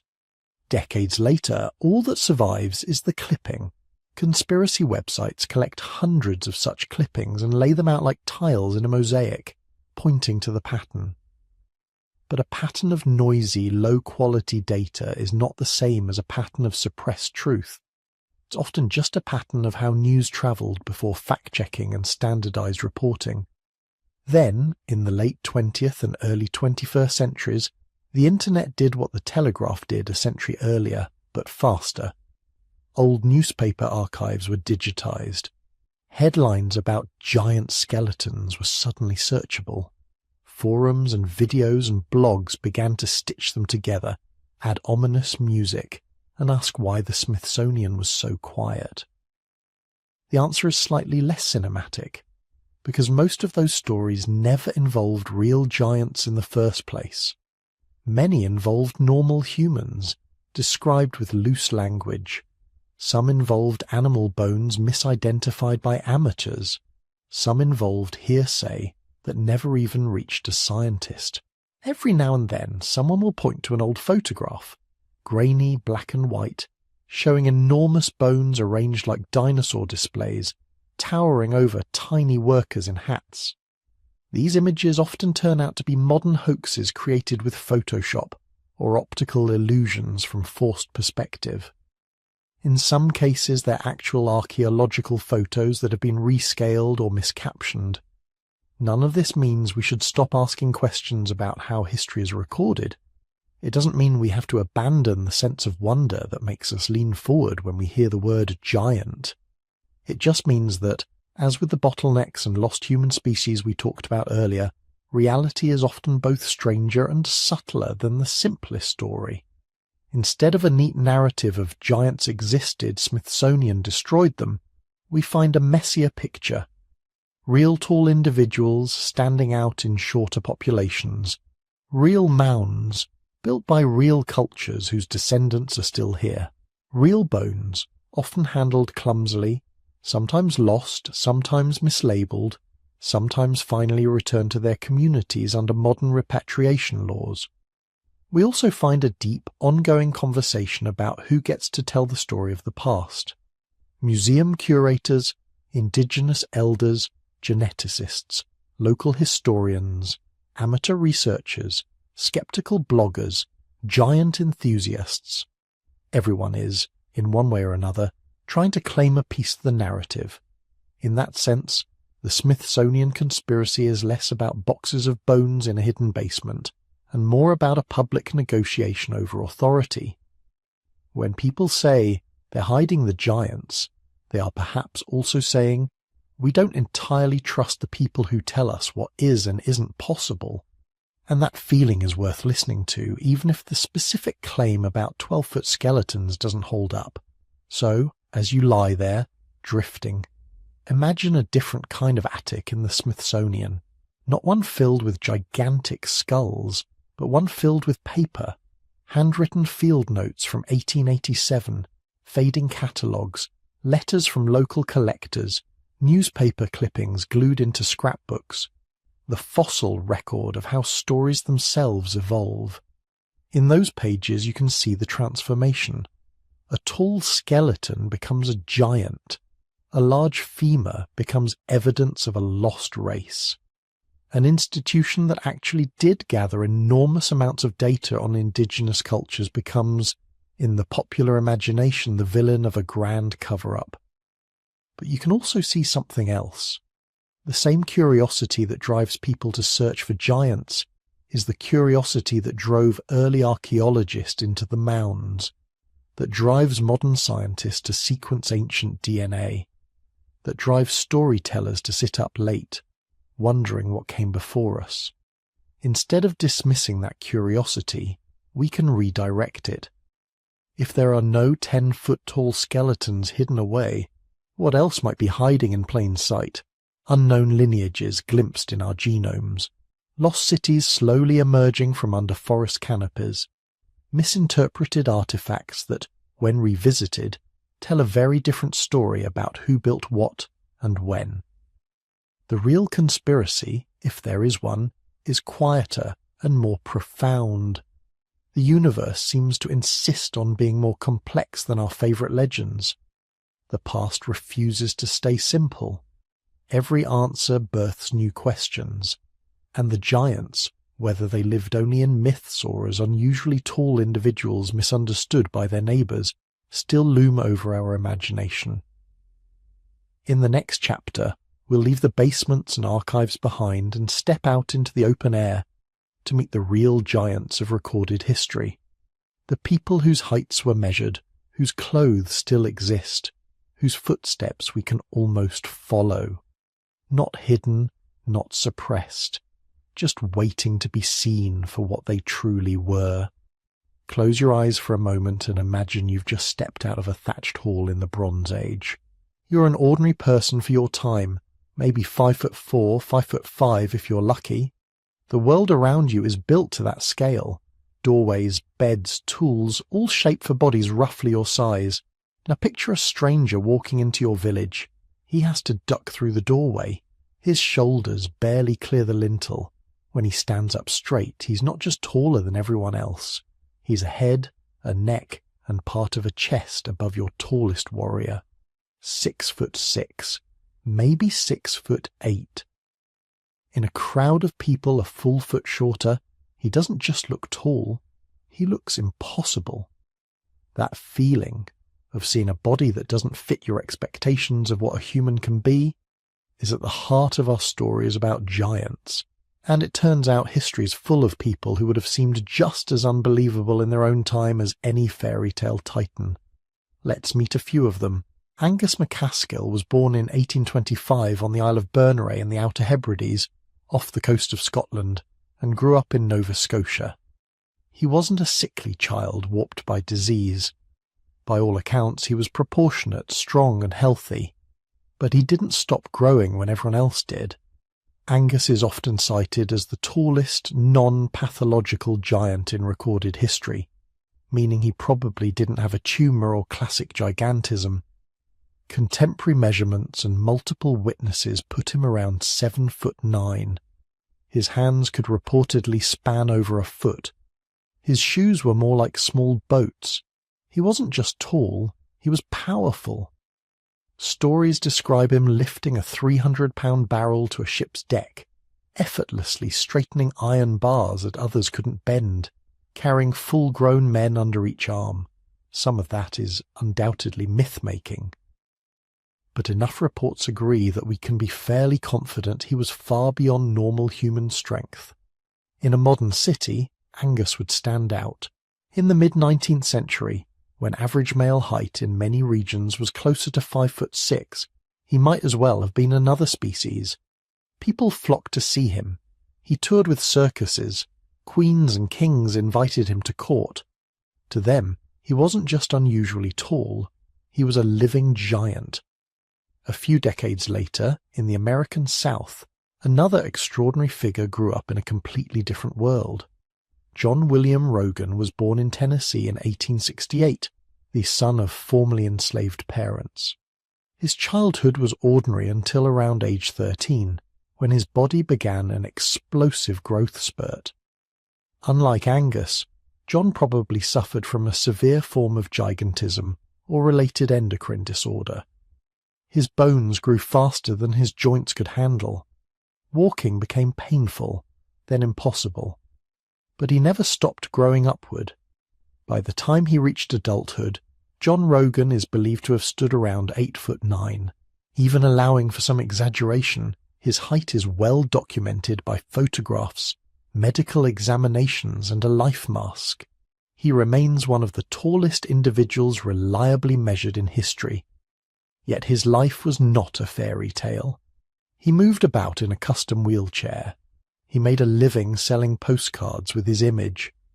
In an era of segregation and racial violence, a man with black ancestry and a body that drew constant attention lived at the intersection of prejudice and fascination.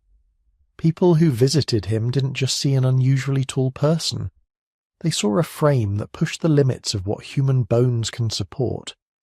Then there's Väinö Millirin, born in Finland in 1909. If Angus MacAskill was the strong man of the 19th century and John Rogan the tragic colossus, Väinö was something in between. A modern giant we can see in clear photographs, standing next to ordinary people and dwarfing them. Väinö reached about 7'3" in his teens, stopped growing for a while, then experienced a second growth spurt in his 20s. A sign of acromegaly, a related endocrine condition. He plateaued around 8'3". Unlike John Rogan, he was mobile enough to serve in the Finnish army, later becoming a professional wrestler and showman. In pictures, he towers over cars, soldiers, and city streets built to normal human proportions. He doesn't look like a cartoon caricature. He looks like a man sized up by 20 or 30%. Just enough to make everything else in the scene look like it has shrunk. Taken together, these three lives show something important. You don't need mythical bloodlines or lost races to get a giant in the human sense. You just need a rare combination of genetic variation, hormonal quirks, and timing. But there's another side to the story of height. Not individual outliers, but entire populations that lean toward tall. Travel now, in your mind, to the flooded plains of the Nile's upper reaches, to what is now South Sudan. For generations, anthropologists have noted that some Nilotic groups, including the Dinka, are remarkably tall. Historical averages measured in some communities have hovered around 6 foot or more for men, with many individuals considerably taller. Photographs from the mid-20th century show Dinka herders standing head and shoulders above European visitors. This isn't magic, it's biology.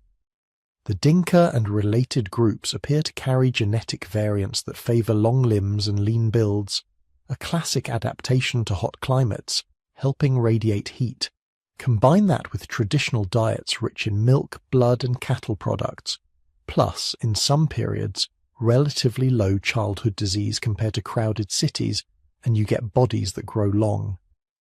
Shift now to an entirely different landscape. Damp, flat, crisscrossed by canals, the Netherlands. If you looked at average male heights in Europe in the 1850s, the Dutch were unremarkable, sometimes even on the shorter side. But in the 20th century, something changed. By the early 2000s, Dutch men were averaging around 6 foot, making them some of the tallest populations in the world. What happened? Not a sudden invasion of giants, but a slow revolution in nutrition, healthcare, and social conditions.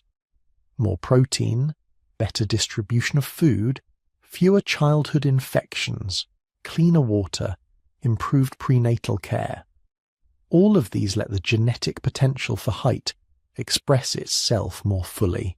There's also evidence that in the Netherlands, taller men have had slightly more children over recent generations, nudging the average upward through natural selection. From Dinka cattle camps to Dutch bicycles, you see the same pattern. Height isn't fixed. It's the product of genes, diet, disease load and environment all pulling in different directions. When conditions line up, whole populations can drift upward on the measuring stick. Now imagine encountering one of these tall populations when your own group is underfed, disease-ridden, and averages 5'3". This is what happened, over and over, when European explorers began roaming the world and writing about the giants they met. Sail down the South American coast with Ferdinand Magellan's expedition in the 1520s. In the cold winds of what is now Patagonia, Europeans encountered the Tehuelche and other indigenous peoples. Many of these groups were taller than the Spanish and Portuguese sailors, some individuals standing around 6 foot or more. In an era when a 5'7" man could be considered sturdy, a well-fed, broad-shouldered hunter approaching 6 foot would seem enormous. Reports filtered back to Europe of Patagonian giants, people twice the height of a man striding across the plains. Maps adorned with sketches of hulking figures helped sell stories and books. Reality was more mundane and more interesting. Archaeological evidence and later measurements suggest a robust, relatively tall population, not a race of Goliaths.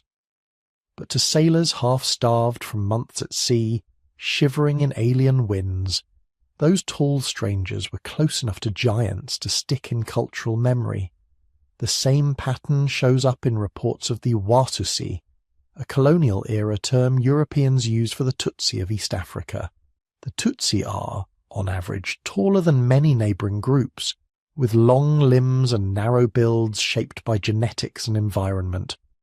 When European officers and missionaries met Tutsi courts in the 19th and early 20th centuries, they wrote breathless accounts of towering warriors and giant bodyguards. Were some individuals genuinely very tall? Almost certainly. But were they 12-foot titans? No.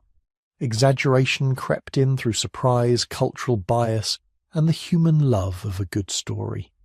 Everywhere explorers went, whenever they met a group even a few inches taller on average, the word giant appeared in journals and letters. It became a reflex, a shorthand for "they looked big to me," and this takes us back to that Bronze Age warrior, ducking through the hall entrance. In many ancient societies, average male height hovered somewhere between 5'3" and 5'7", depending on region, diet, and disease. Periods of famine, heavy labour, and early infections could stunt growth dramatically. In skeletal remains from some medieval European populations, a man just under 5'6" could be near the upper end. Drop a single 6'6" individual into that world and you don't just get a tall person, you get a legend. A young boy sees him once at a distance as the warrior rides by on a horse that suddenly looks too small. The boy grows up and tells his children. By then the man's height has shifted from head and shoulders above to twice as tall. From could look into the upstairs window to could see over the city wall. Each retelling stretches him a little further, way taffy slowly pulls thinner and longer as you tug. After a few generations, he's no longer a man at all, but a giant who strode across battlefields, whose spear was like a weaver's beam, whose armour weighed as much as a person. Modern genetics can't find a vanished race of 10-foot humans. Archaeology doesn't reveal cities scaled for colossal skeletons. But history, medicine and anthropology show us something subtler and more human. We've always lived with variation, with Angus MacAskill, who turned a fishing village into a stage for a gentle giant, with John Rogan, whose extraordinary height trapped him in a frail frame, with Venu Millerine, who enlisted, wrestled, and posed for photographs that make ordinary men look like children, with the Dinka, walking tall through flooded grasslands, with the Dutch, quietly growing upward as their plates filled and their childhood illnesses faded, with Patagonian hunters and East African herders, whose stature shocked hungry sailors and stiff-collared officers into writing about giant tribes. Giant, it turns out, is not a fixed category. It's a feeling. It's the shiver that runs through you when someone steps into the room and your brain has to resize its idea of what a human can be. In the Bronze Age, that threshold might have been 6 foot. In the 19th century, 7.5. Today, in a world where basketball players brush 7 feet, it takes even more to trigger that sense of unreality. But the psychology's the same. Our ancestors didn't invent giants out of nothing. They started with real bodies, tall individuals, tall families, tall peoples, and then stretched them across generations of storytelling. They smoothed away illness and suffering, added strength and menace or kindness and wisdom, until those tall humans became something else in the collective imagination. In the quiet as you drift towards sleep, you can hold both truths at once. On one level, there have been no 12-foot races marching across our historical record, no secret nations of titans hiding in caves. On another level, we have always lived beside people who were, in their own time and place, giants. And the word giant itself is a mirror, reflecting not just how tall someone stands, but how small or hungry or awed the watcher feels. In the next chapter, we'll leave these flesh and blood tall people behind and turn to stone, to the megaliths, monuments, and vast blocks that so often get tied to giants. If no lost race of titans built them, who did? And what does it actually take for ordinary humans to move stones the size of houses? Picture yourself walking at dawn through a field that looks like any other. Wet grass, low mist, a few scattered birds starting their day, and then, out of the haze, shapes start to appear. Not trees, not hills, stones, immense stones, taller than houses, arranged in circles and horseshoes, standing there as if some invisible hand had placed them one by one. You've just walked into Stonehenge. For thousands of years, people have looked at places like this and had the same first reaction. There's no way ordinary humans did this. From England's lonely Salisbury Plain to the terraced heights above Cusco, from the cliffs of Lebanon to a wind-battered island in the middle of the Pacific, the planet is strewn with stone puzzles, huge blocks, impossible angles, weights that seem to laugh at gravity. And in story after story, the answer that generations gave themselves was simple. Giants did it. Let's walk slowly among a few of the most famous of these places and see what we really know about who built them and how. Start again at Stonehenge. Some of the stones here, the so-called sarsens, weigh up to 25 tons each. The tallest is more than 4 meters high. Others, the blue stones, came from quarries in the Priestley Hills of Wales, about 140 miles away. In the age before steel, before wheels with ball bearings, before cranes, someone quarried them, shaped them, moved them across rivers and hills and set them upright, some crowned with horizontal lintels, jointed like giant stone carpentry. Medieval writers said Merlin the wizard flew them from Ireland. Folklore said giants had carried them across the sea. Even in the 1800s, serious scholars suggested some sort of vanished superior race might be responsible. Today, archaeologists have a different picture, not a simple one, but a human one. Experimental archaeology groups have tried to move replica stones using only materials that would have been available to Neolithic builders. Logs as rollers, sledges made of wood, ropes woven from plant fibres. The results are surprising if you've spent your life thinking only machines can handle heavy lifting. With a few dozen people, a 20-ton stone can be inched forward, centimetre by centimetre, by levering and rolling. With a prepared path, it can be dragged on grease sleds over damp ground, or floated on rafts along waterways. Raising a stone is basically a slow-motion seesaw. You dig a pit, tip the stone in partly, haul on ropes while you pack the base with rubble and earth, then lever and fill until the giant stands upright. No giant footsteps, just hundreds of quietly calloused human hands. Now shift your attention 3,000 miles away, to Lebanon, to a place called Baalbek. Here, the imagination really starts to strain. At the Temple of Jupiter, the foundation platform includes 3 stones known as the trilithon. Each one is around 800 tons. Nearby in the quarry lies an even larger block over 1,000 tons, still partly attached to the bedrock. The Stone of the Pregnant Woman, a name that hints at the idea of something not yet born, a project abandoned mid-creation. Roman engineers did build here, that much is clear. They loved ambitious stonework, but stories long predate the Romans. Local legends said that before the flood, a race of giants lived in this region and raised these stones as part of a vast complex.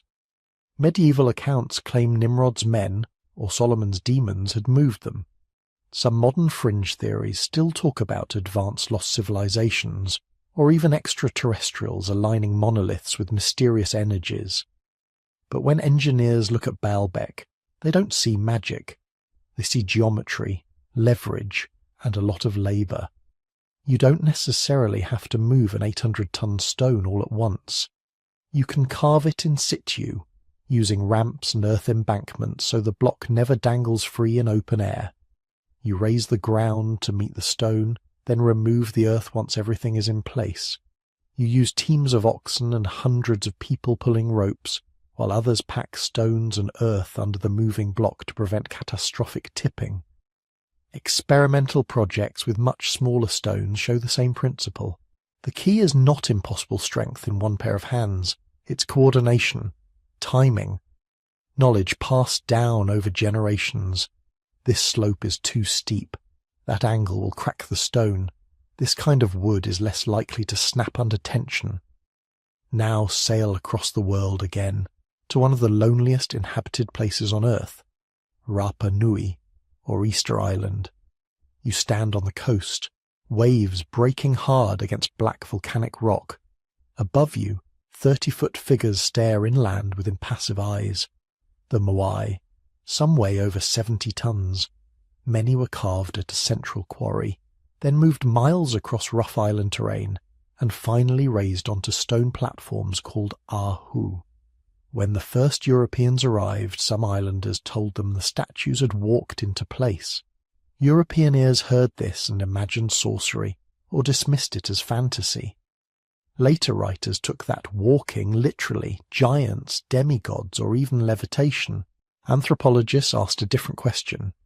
What could walk mean in engineering terms? In 2012, an experimental team built a replica Moai and tried to make it walk, using only ropes and people power. They stood groups of pullers on either side, rocked the statue forward in a controlled wobble, alternately tightening and loosening the ropes. The statue swayed, tipped, and moved, slowly, with care. But it shuffled along the ground like a refrigerator being walked across a kitchen floor. No wheels, no cranes, no giant, just rhythm, teamwork, and the patient, almost musical use of gravity.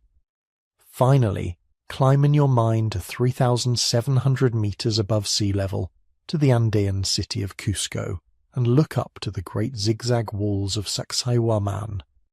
Here, blocks of andesite and limestone, some weighing over 100 tons, fit together with uncanny precision.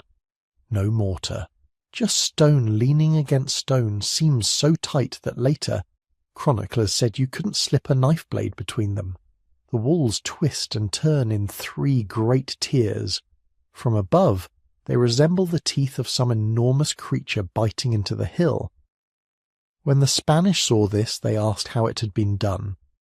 Some Inca and later Quechua storytellers said the stones were lightened by prayers or carried by pururaucas, warrior stones animated by the gods.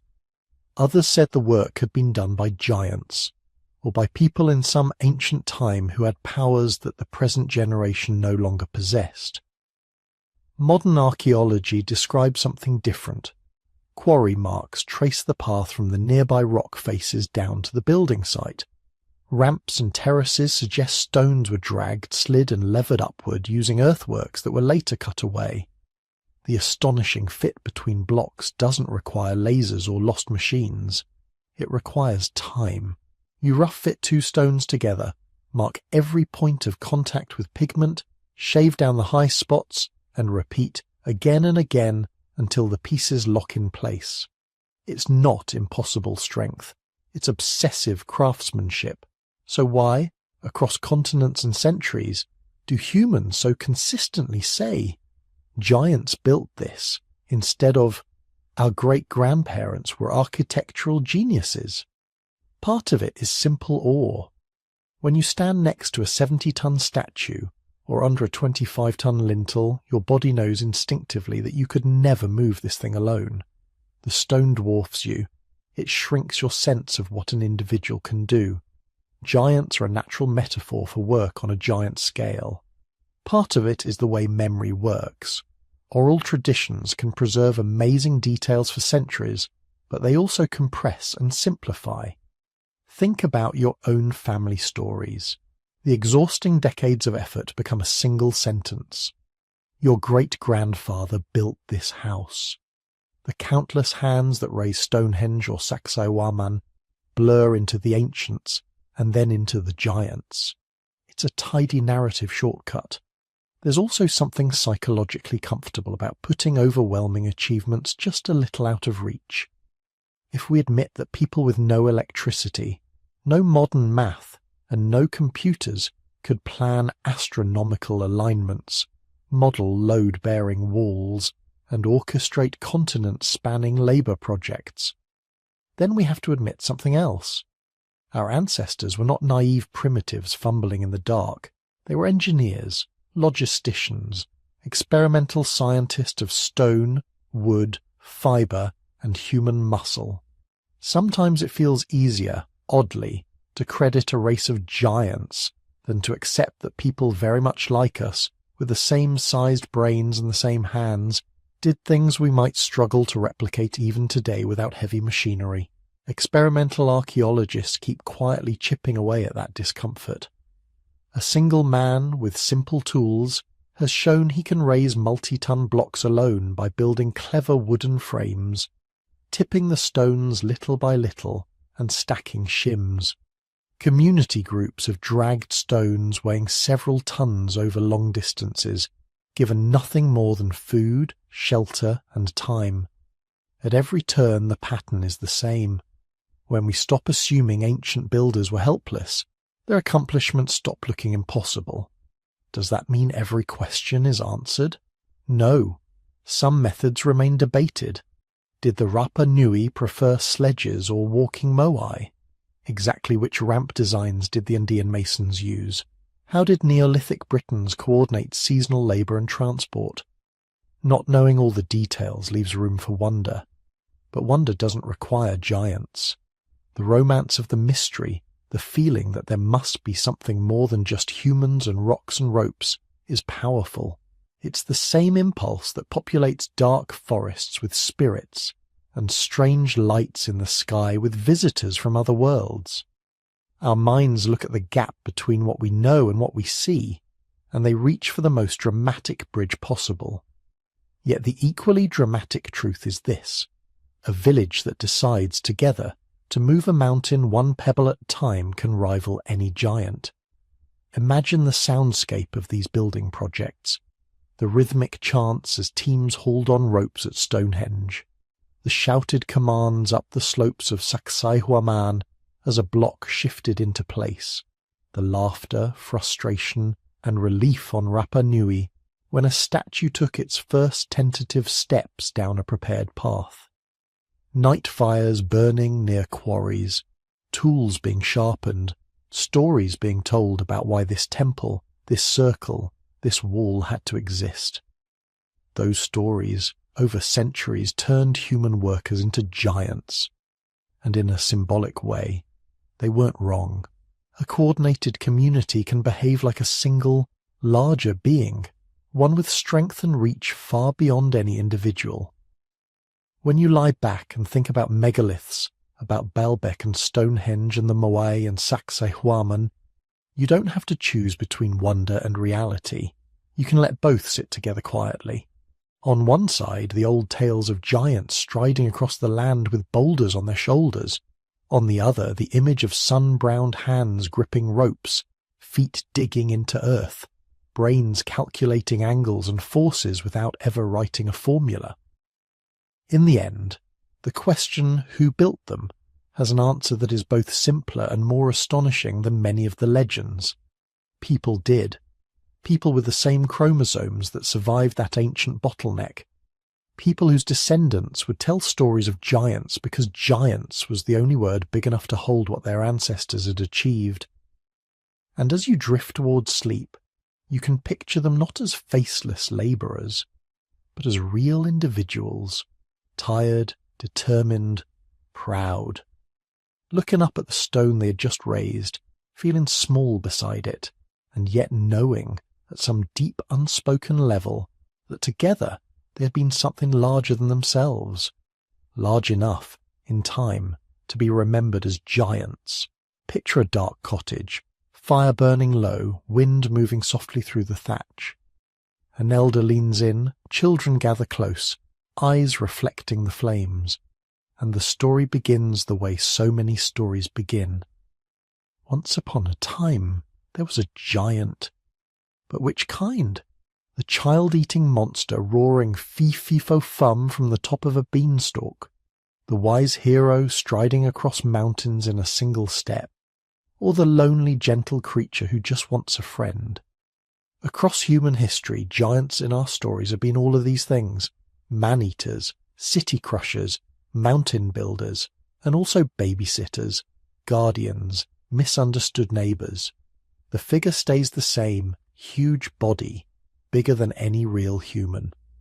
What changes is what that size means. Let's start with one of the most familiar. You're probably already seen the beanstalk. Jack and the beanstalk is the classic English giant story. Poor boy. Magic beans, sky-piercing vine, castle in the clouds and up there. A giant who smells human blood and wants to grind bones to make his bread. The giant lives above the human world. He hoards impossible treasures. He doesn't follow normal rules of justice or morality. He's hungry, cruel, and careless. In that story, the giant is less a character and more a force. He's greed with a body, appetite made visible. He stands in for everything that feels huge and unfair when you're powerless. Landlords, kings, famines, bad luck. Jack, small and quick, wins not by being stronger, but by being clever. He sneaks, he steals, he runs, he chops the beanstalk. The message is simple. You can't overpower the forces that loom above you, but you might be able to outsmart them. Now compare that to another famous giant from another rainy green land. Travel west to Ireland, to the legends of Fionn mac Cumhaill. In some tales he's a giant himself, in others a human hero who deals with giants, but in either case scale is fluid. Fionn can hurl rocks that become islands, toss clods of earth that land as the Isle of Man. One story says he built the Giant's Causeway in Northern Ireland as stepping stones to Scotland so he could confront a rival giant. Here the giant isn't a mindless monster. He's a culture hero, a builder, a trickster, yes, but also a protector of his people. He doesn't live in the clouds above a farm boy's world. He straddles the boundaries of land and sea, shaping the coastline itself.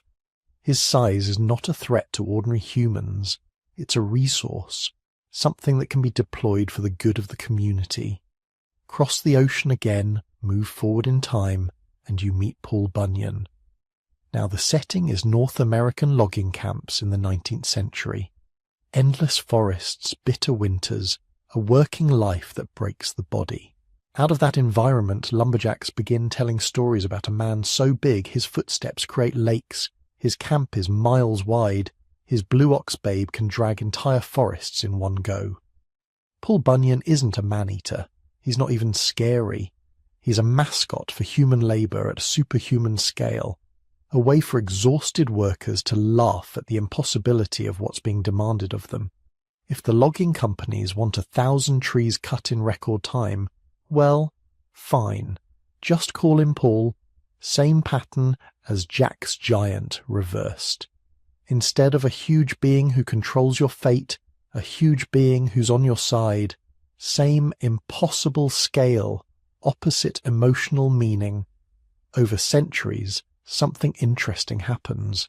Many of the oldest giants in myth are terrifying. They swallow gods, hurl mountains, drown the world. But as time goes on, as societies become more settled, more urban, more used to controlling their environment, some of those giants soften around the edges. The Norse frost giants, the Jotnar, start out as primal forces of chaos and cold, older than the gods themselves. By the late sagas, some of them marry into the gods' families. They bargain, argue, form alliances. They become people. The Bible's giants shift, too, from primordial Nephilim, shadowy half-divine figures tied to ancient violence and flood myths, to individual warriors like Goliath, still frightening, but now just one very tall man in armour on a battlefield. By the time we get to European fairy tales written down in the 17th and 18th centuries, a whole spectrum has emerged. There are ogres who eat children, yes, but there are also giants who are simply grumpy landlords, or lonely castle dwellers, or overgrown shepherds. Their terrible size becomes almost comedic, something children can laugh at as well as fear. One way to think about this: early giants belong to a world where nature is overwhelming and unpredictable. Later giants belong to a world where nature is being fenced, farmed, measured, and taxed.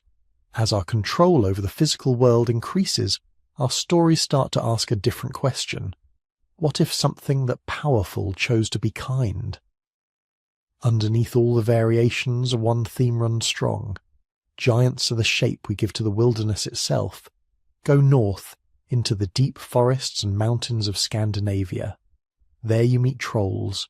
Not the little toy trolls with neon hair, but the old ones. Huge, ugly, slow, made of rock and earth and night. They live in caves, under bridges, in the high ranges where the weather turns without warning. Step into their territory without proper respect, and you might disappear. Trolls are not just big people. They are the mountain's temper, the forest's mood, the danger of being too far from the village when the sun goes down.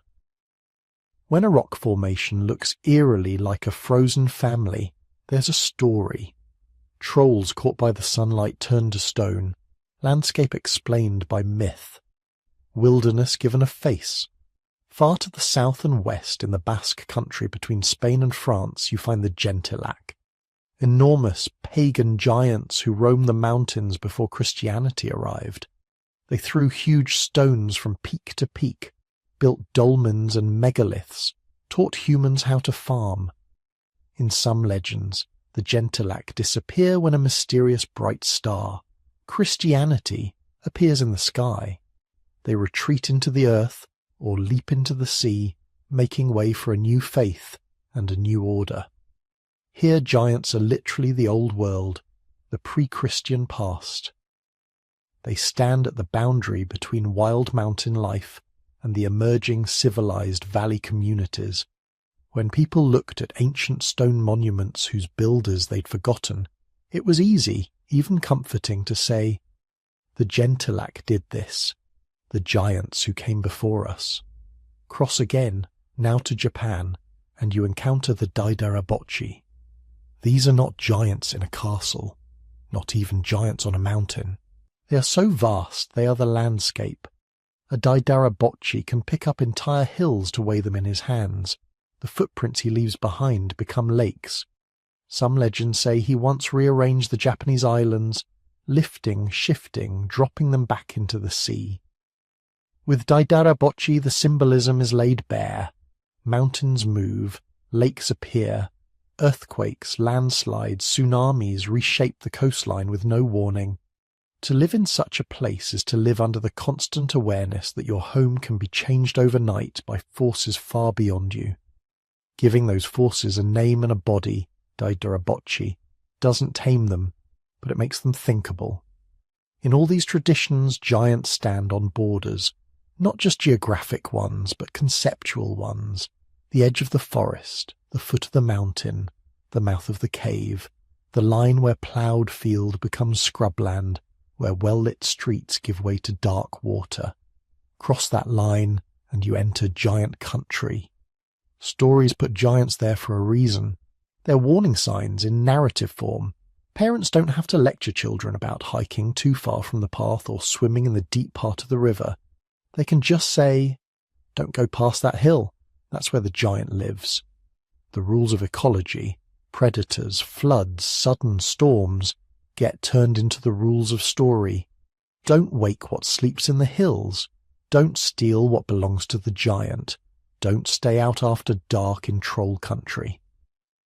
Giants also mark the boundary between the everyday and the sacred.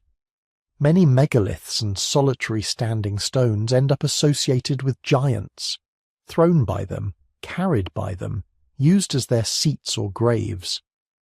Those places are liminal zones, where the human world brushes up against something older, stranger, not fully understood. Saying, "A giant put this here," is another way of saying, "This place is different. Pay attention, walk carefully." And yet, for all this danger, we keep coming back to one kind of giant in particular, the gentle one, the Beth G. and Roald Dahl story, sipping dreams instead of blood, the Iron Giant in the animated film, built as a weapon but choosing to be a friend, Hagrid in Harry Potter, half giant, half outsider, soft-hearted, keeper of dangerous creatures, huge, powerful, but safe to love. Why do we return to this figure again and again? Part of it is wishful thinking. If there must be things in the world vastly stronger than we are, governments, corporations, storms, machines, we would rather imagine that at least some of them are on our side. The gentle giant is the fantasy of benevolent power, a giant who can lift you up to see the stars but will never drop you. Part of it is empathy turned upside down. Many children feel small, voiceless, pushed around by rules they didn't create. Putting those feelings into a giant who is clumsy, misunderstood, too big for the spaces built by others, lets us explore loneliness and exclusion from a new angle. The giant becomes the bullied one, the one who doesn't fit, the one who needs protection. And part of it might reach back to something very old in our species. For hundreds of thousands of years, our ancestors lived alongside animals that, to us, would seem gigantic. Mammoths, giant ground sloths, aurochs. Most were dangerous, some were deadly. But sometimes, rarely, the powerful thing could also be a source of shelter or food or warmth. A whale carcass washed up on shore, a mammoth herd that could feed a band through a long winter. Power wasn't always an enemy. Sometimes it was a gift, if you approached it correctly, if you showed respect, if you learned its patterns. The gentle giant in modern stories is that same intuition, reshaped for an age of cities and screens, a way of saying, maybe not all vast forces are hostile, maybe something enormous could choose kindness. So when you hear once upon a time there was a giant, know that you're hearing more than just a bedtime story. You're hearing echoes of mountains and storms, of old religions and lost builders, of anxious parents and daring children, of workers laughing in the dark to keep fear away. You're hearing humanity talking to itself about scale, about what it means to be small in a big world, and what it would feel like just for a moment to have a friend whose shadow is taller than men and taller than fear. And as you drift further into the night, remember, whether they're crushing bones, building causeways, or gently holding out a hand the size of a house, the giants in our stories are always doing the same thing. They're standing right on the edge, where our little human world ends, and something vast and mysterious begins. By now, you've walked through the whole landscape.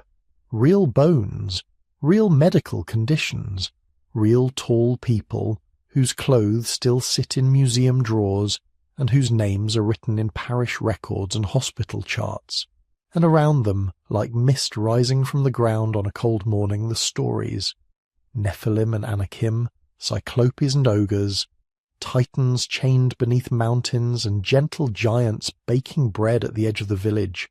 So what do we do with all of this? What does it mean that almost every culture on Earth, separated by oceans and millennia, looked up at the world and said, in one way or another, there were giants here? Think back through the chapters. You've seen shepherds and farmers stumbling across huge fossilized bones they couldn't possibly explain. The thigh bone of an extinct elephant, the jaw of a mastodon, the skull of a dwarf elephant with a great round nasal opening that looked eerily like a single eye socket. To a world without paleontology, those weren't Pleistocene megafauna. They were proof, confirmation that the old stories were true. Titans had walked the hills. You've seen how rare, real, human gigantism can be. Tumours on the pituitary gland pushing the body past its normal limits. Children who grew until their hearts and joints could barely carry the load. You watch them become living legends in their own lifetimes, turned into sideshow acts and travelling wonders. Ordinary people with headaches and joint pain and loneliness, recast as monsters or marvels or half-remembered demigods.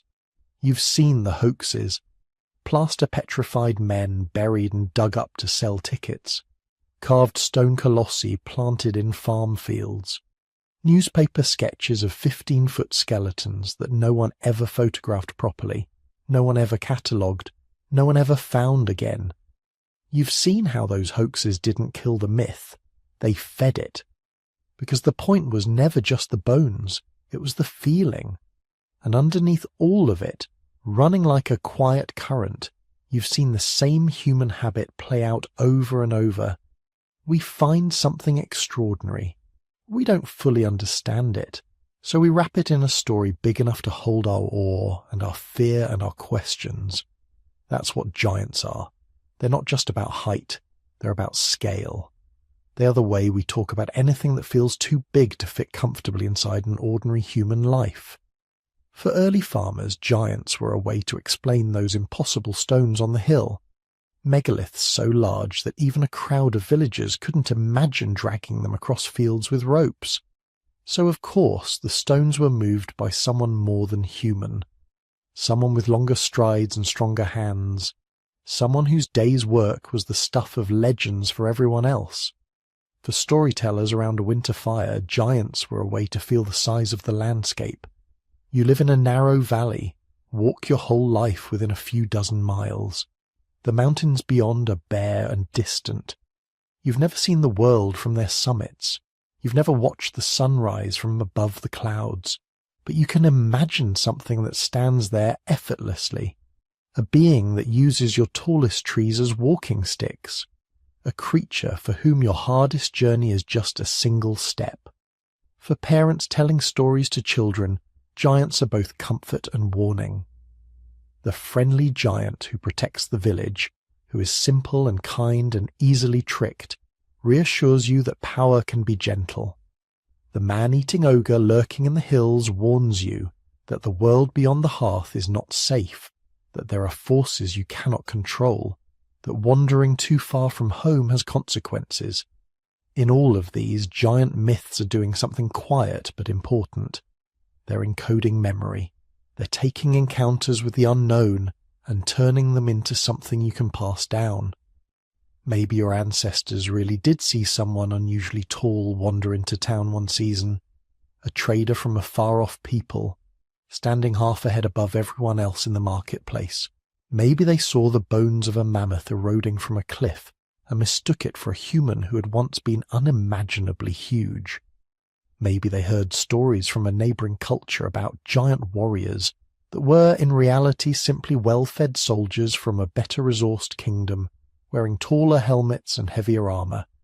The exact details don't survive. The precise height, the measurements, the medical explanation, the taxonomy of the fossil, those fade. What lingers is the feeling. There was a time before this time. There were beings before us who were bigger, stronger, stranger. The world used to be more.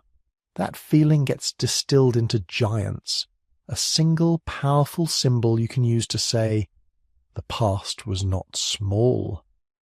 And the symbol endures because it still speaks to us. Look at modern fantasy. The Lord of the Rings, Game of Thrones, Attack on Titan, children's stories about gentle giants and superhero movies with city-sized enemies stomping through skyscrapers. Video games where you fight towering bosses whose hands are the size of your character's whole body. In an age of skyscrapers, cargo ships, suspension bridges, and deep space telescopes, you might think we'd be done with giants. The scale of modern life already dwarfs us. A single rocket booster is taller than any mythical giant ever was. But we still love them, because giants let us externalize the things that feel too large inside. A giant can be anything, a manifestation of an empire too big to fight, a metaphor for climate change looming and slow and world-shaping, a stand-in for grief, or trauma, or history itself. It's easier to picture something you can see the edges of, even if it's colossal, than it is to imagine a threat spread thin and invisible through your whole life. So we give it a body, we give it a face, we call it a giant, and then, in the story, we decide what to do about it. Befriend it, topple it, flee it, outwit it. Stories like that don't just entertain, they let our minds practice. Practice being small without being helpless. Practice living in a world where not everything centres on us. But there's a tension here. On one hand, we've spent this whole journey carefully peeling back the layers of the legend. We've looked at the fossils that inspired myths, the medical diagnoses that shaped the lives of real tall individuals, the forged skeletons that tricked newspapers and museum visitors. We've named the hoaxes, traced the errors, followed the threads of evidence where they lead. There is something deeply valuable in that. When you ask, where did this story come from?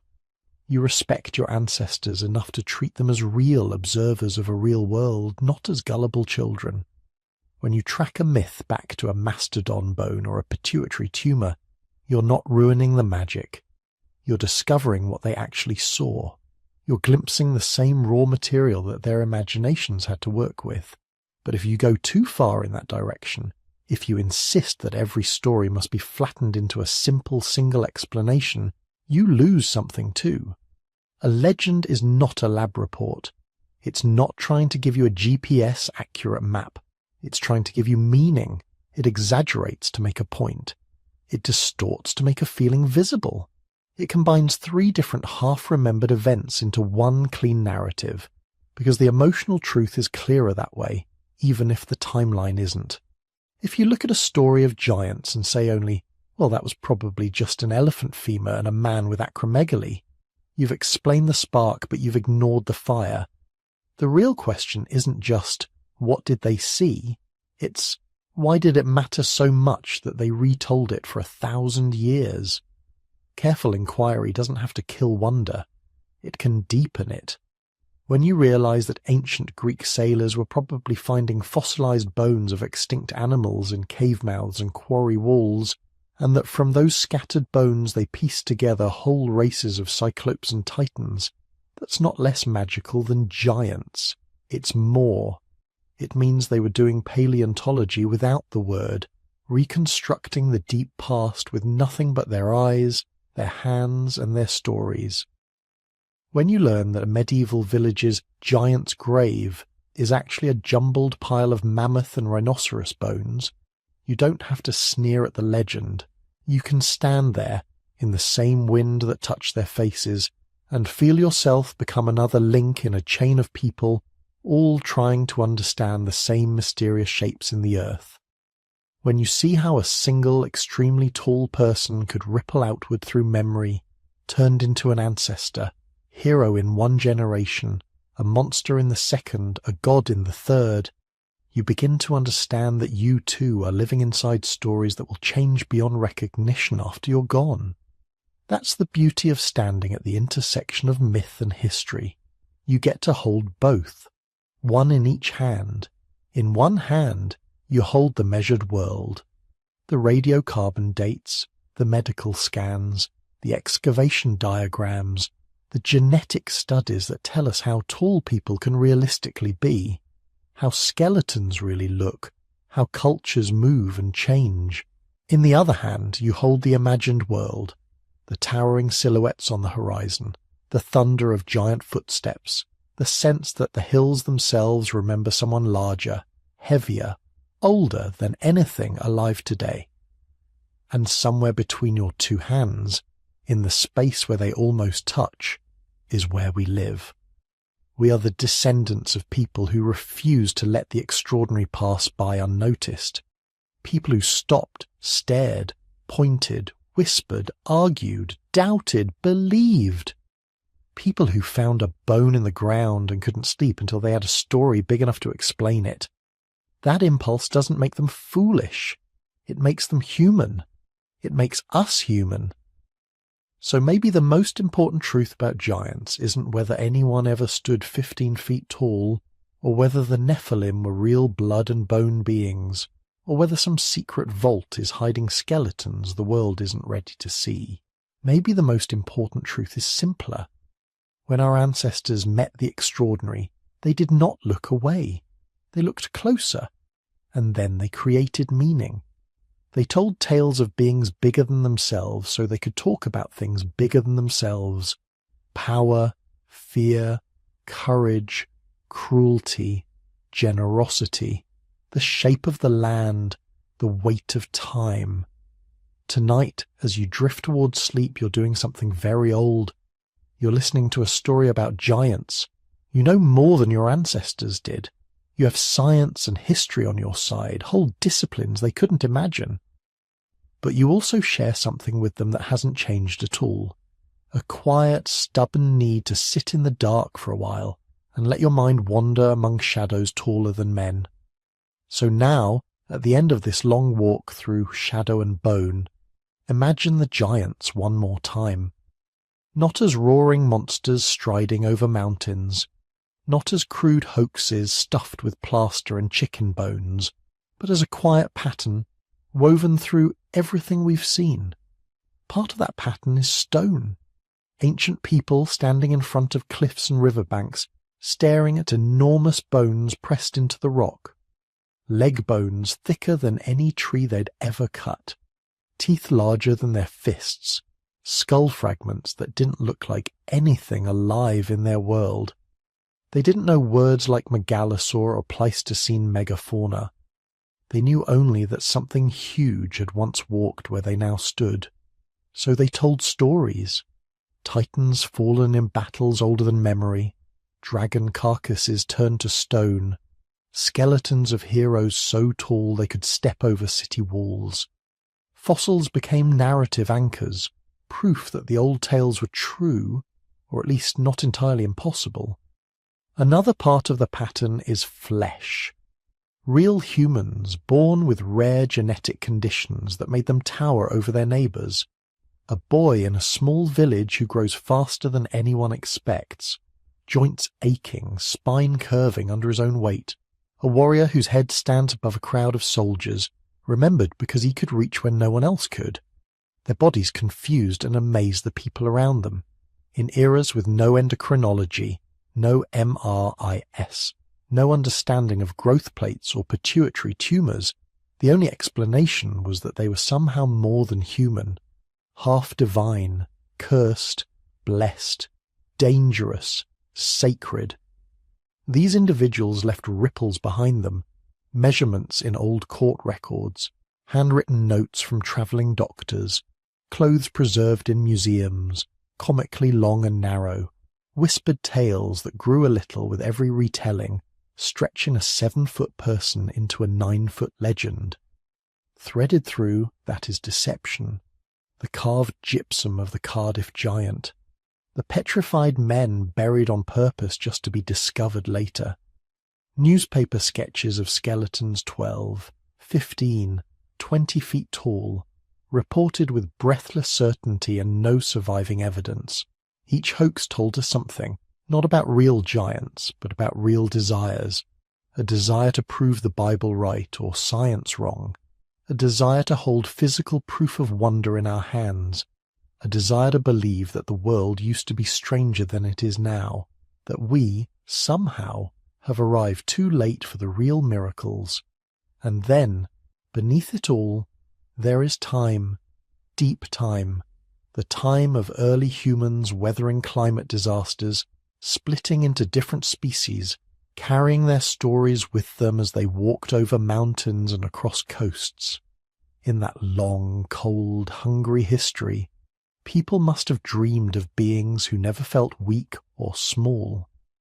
The idea of giants is almost an act of comfort, imagining a version of ourselves that can't be crushed by flood or famine, can't be pushed aside by stronger neighbours.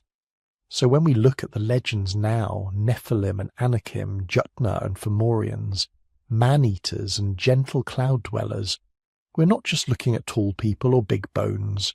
We're looking at how humans, over tens of thousands of years, tried to make sense of a dangerous world and of their own fragile bodies inside it. Tonight, as you lie there, you hold all of that in your mind at once. Fossils under mountain paths, diseases that stretch the body beyond what it was meant to bear, tall tribes in lonely valleys, noticed and then forgotten, carved fakes under museum glass, and somewhere in the middle, questions that may never be fully answered. Did a particular village's giant really stand 8 feet tall? Or did the story grow as it moved from mouth to mouth, fire to fire?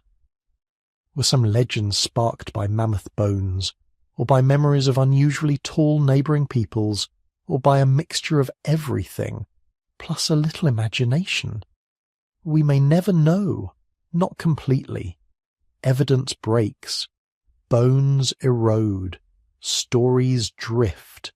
Some things stay beyond the reach of measurements and footnotes, but that's part of their power.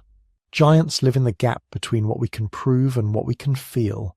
In that twilight space, our ancestors placed their fears of being small, their hopes for protection, their awe at the scale of nature. We inherit that space every time we picture a figure dark against the sky, shoulders touching the clouds. So as your eyes grow heavy, picture the world quieting down. The last village fires are burning low, stories of giants have been told and retold, and the words are fading into the night air. Out on the plains, the bones sleep under layers of dust and stone, waiting for another age to uncover them and wonder anew. Taller than average warriors are long gone, their names lost, their footsteps erased by soil and rain. Their echoes survive only as rumours of a people who were bigger than us long ago. Above it all, the stars move slowly, exactly as they did when the first humans tilted their heads back and imagined enormous shapes walking among them. You don't need to decide tonight which giants were real and which were only stories. You can let them all share the same dark horizon. Fossil titans, sick and suffering bodies, playful folktale ogres, stone hoaxes and quiet question marks. Just breathe and let them grow distant. Step by step they shrink back to their proper size inside your thoughts. Distant hills instead of looming towers, tall trees instead of crushing shadows, a soft murmur of old myths just beyond hearing. If you've enjoyed wandering through these stories, through bones and Bibles, hoaxes and history and everything in between, you're welcome to gently tap like and leave a comment sharing where you're listening from tonight. A small pin on a very large, very human map.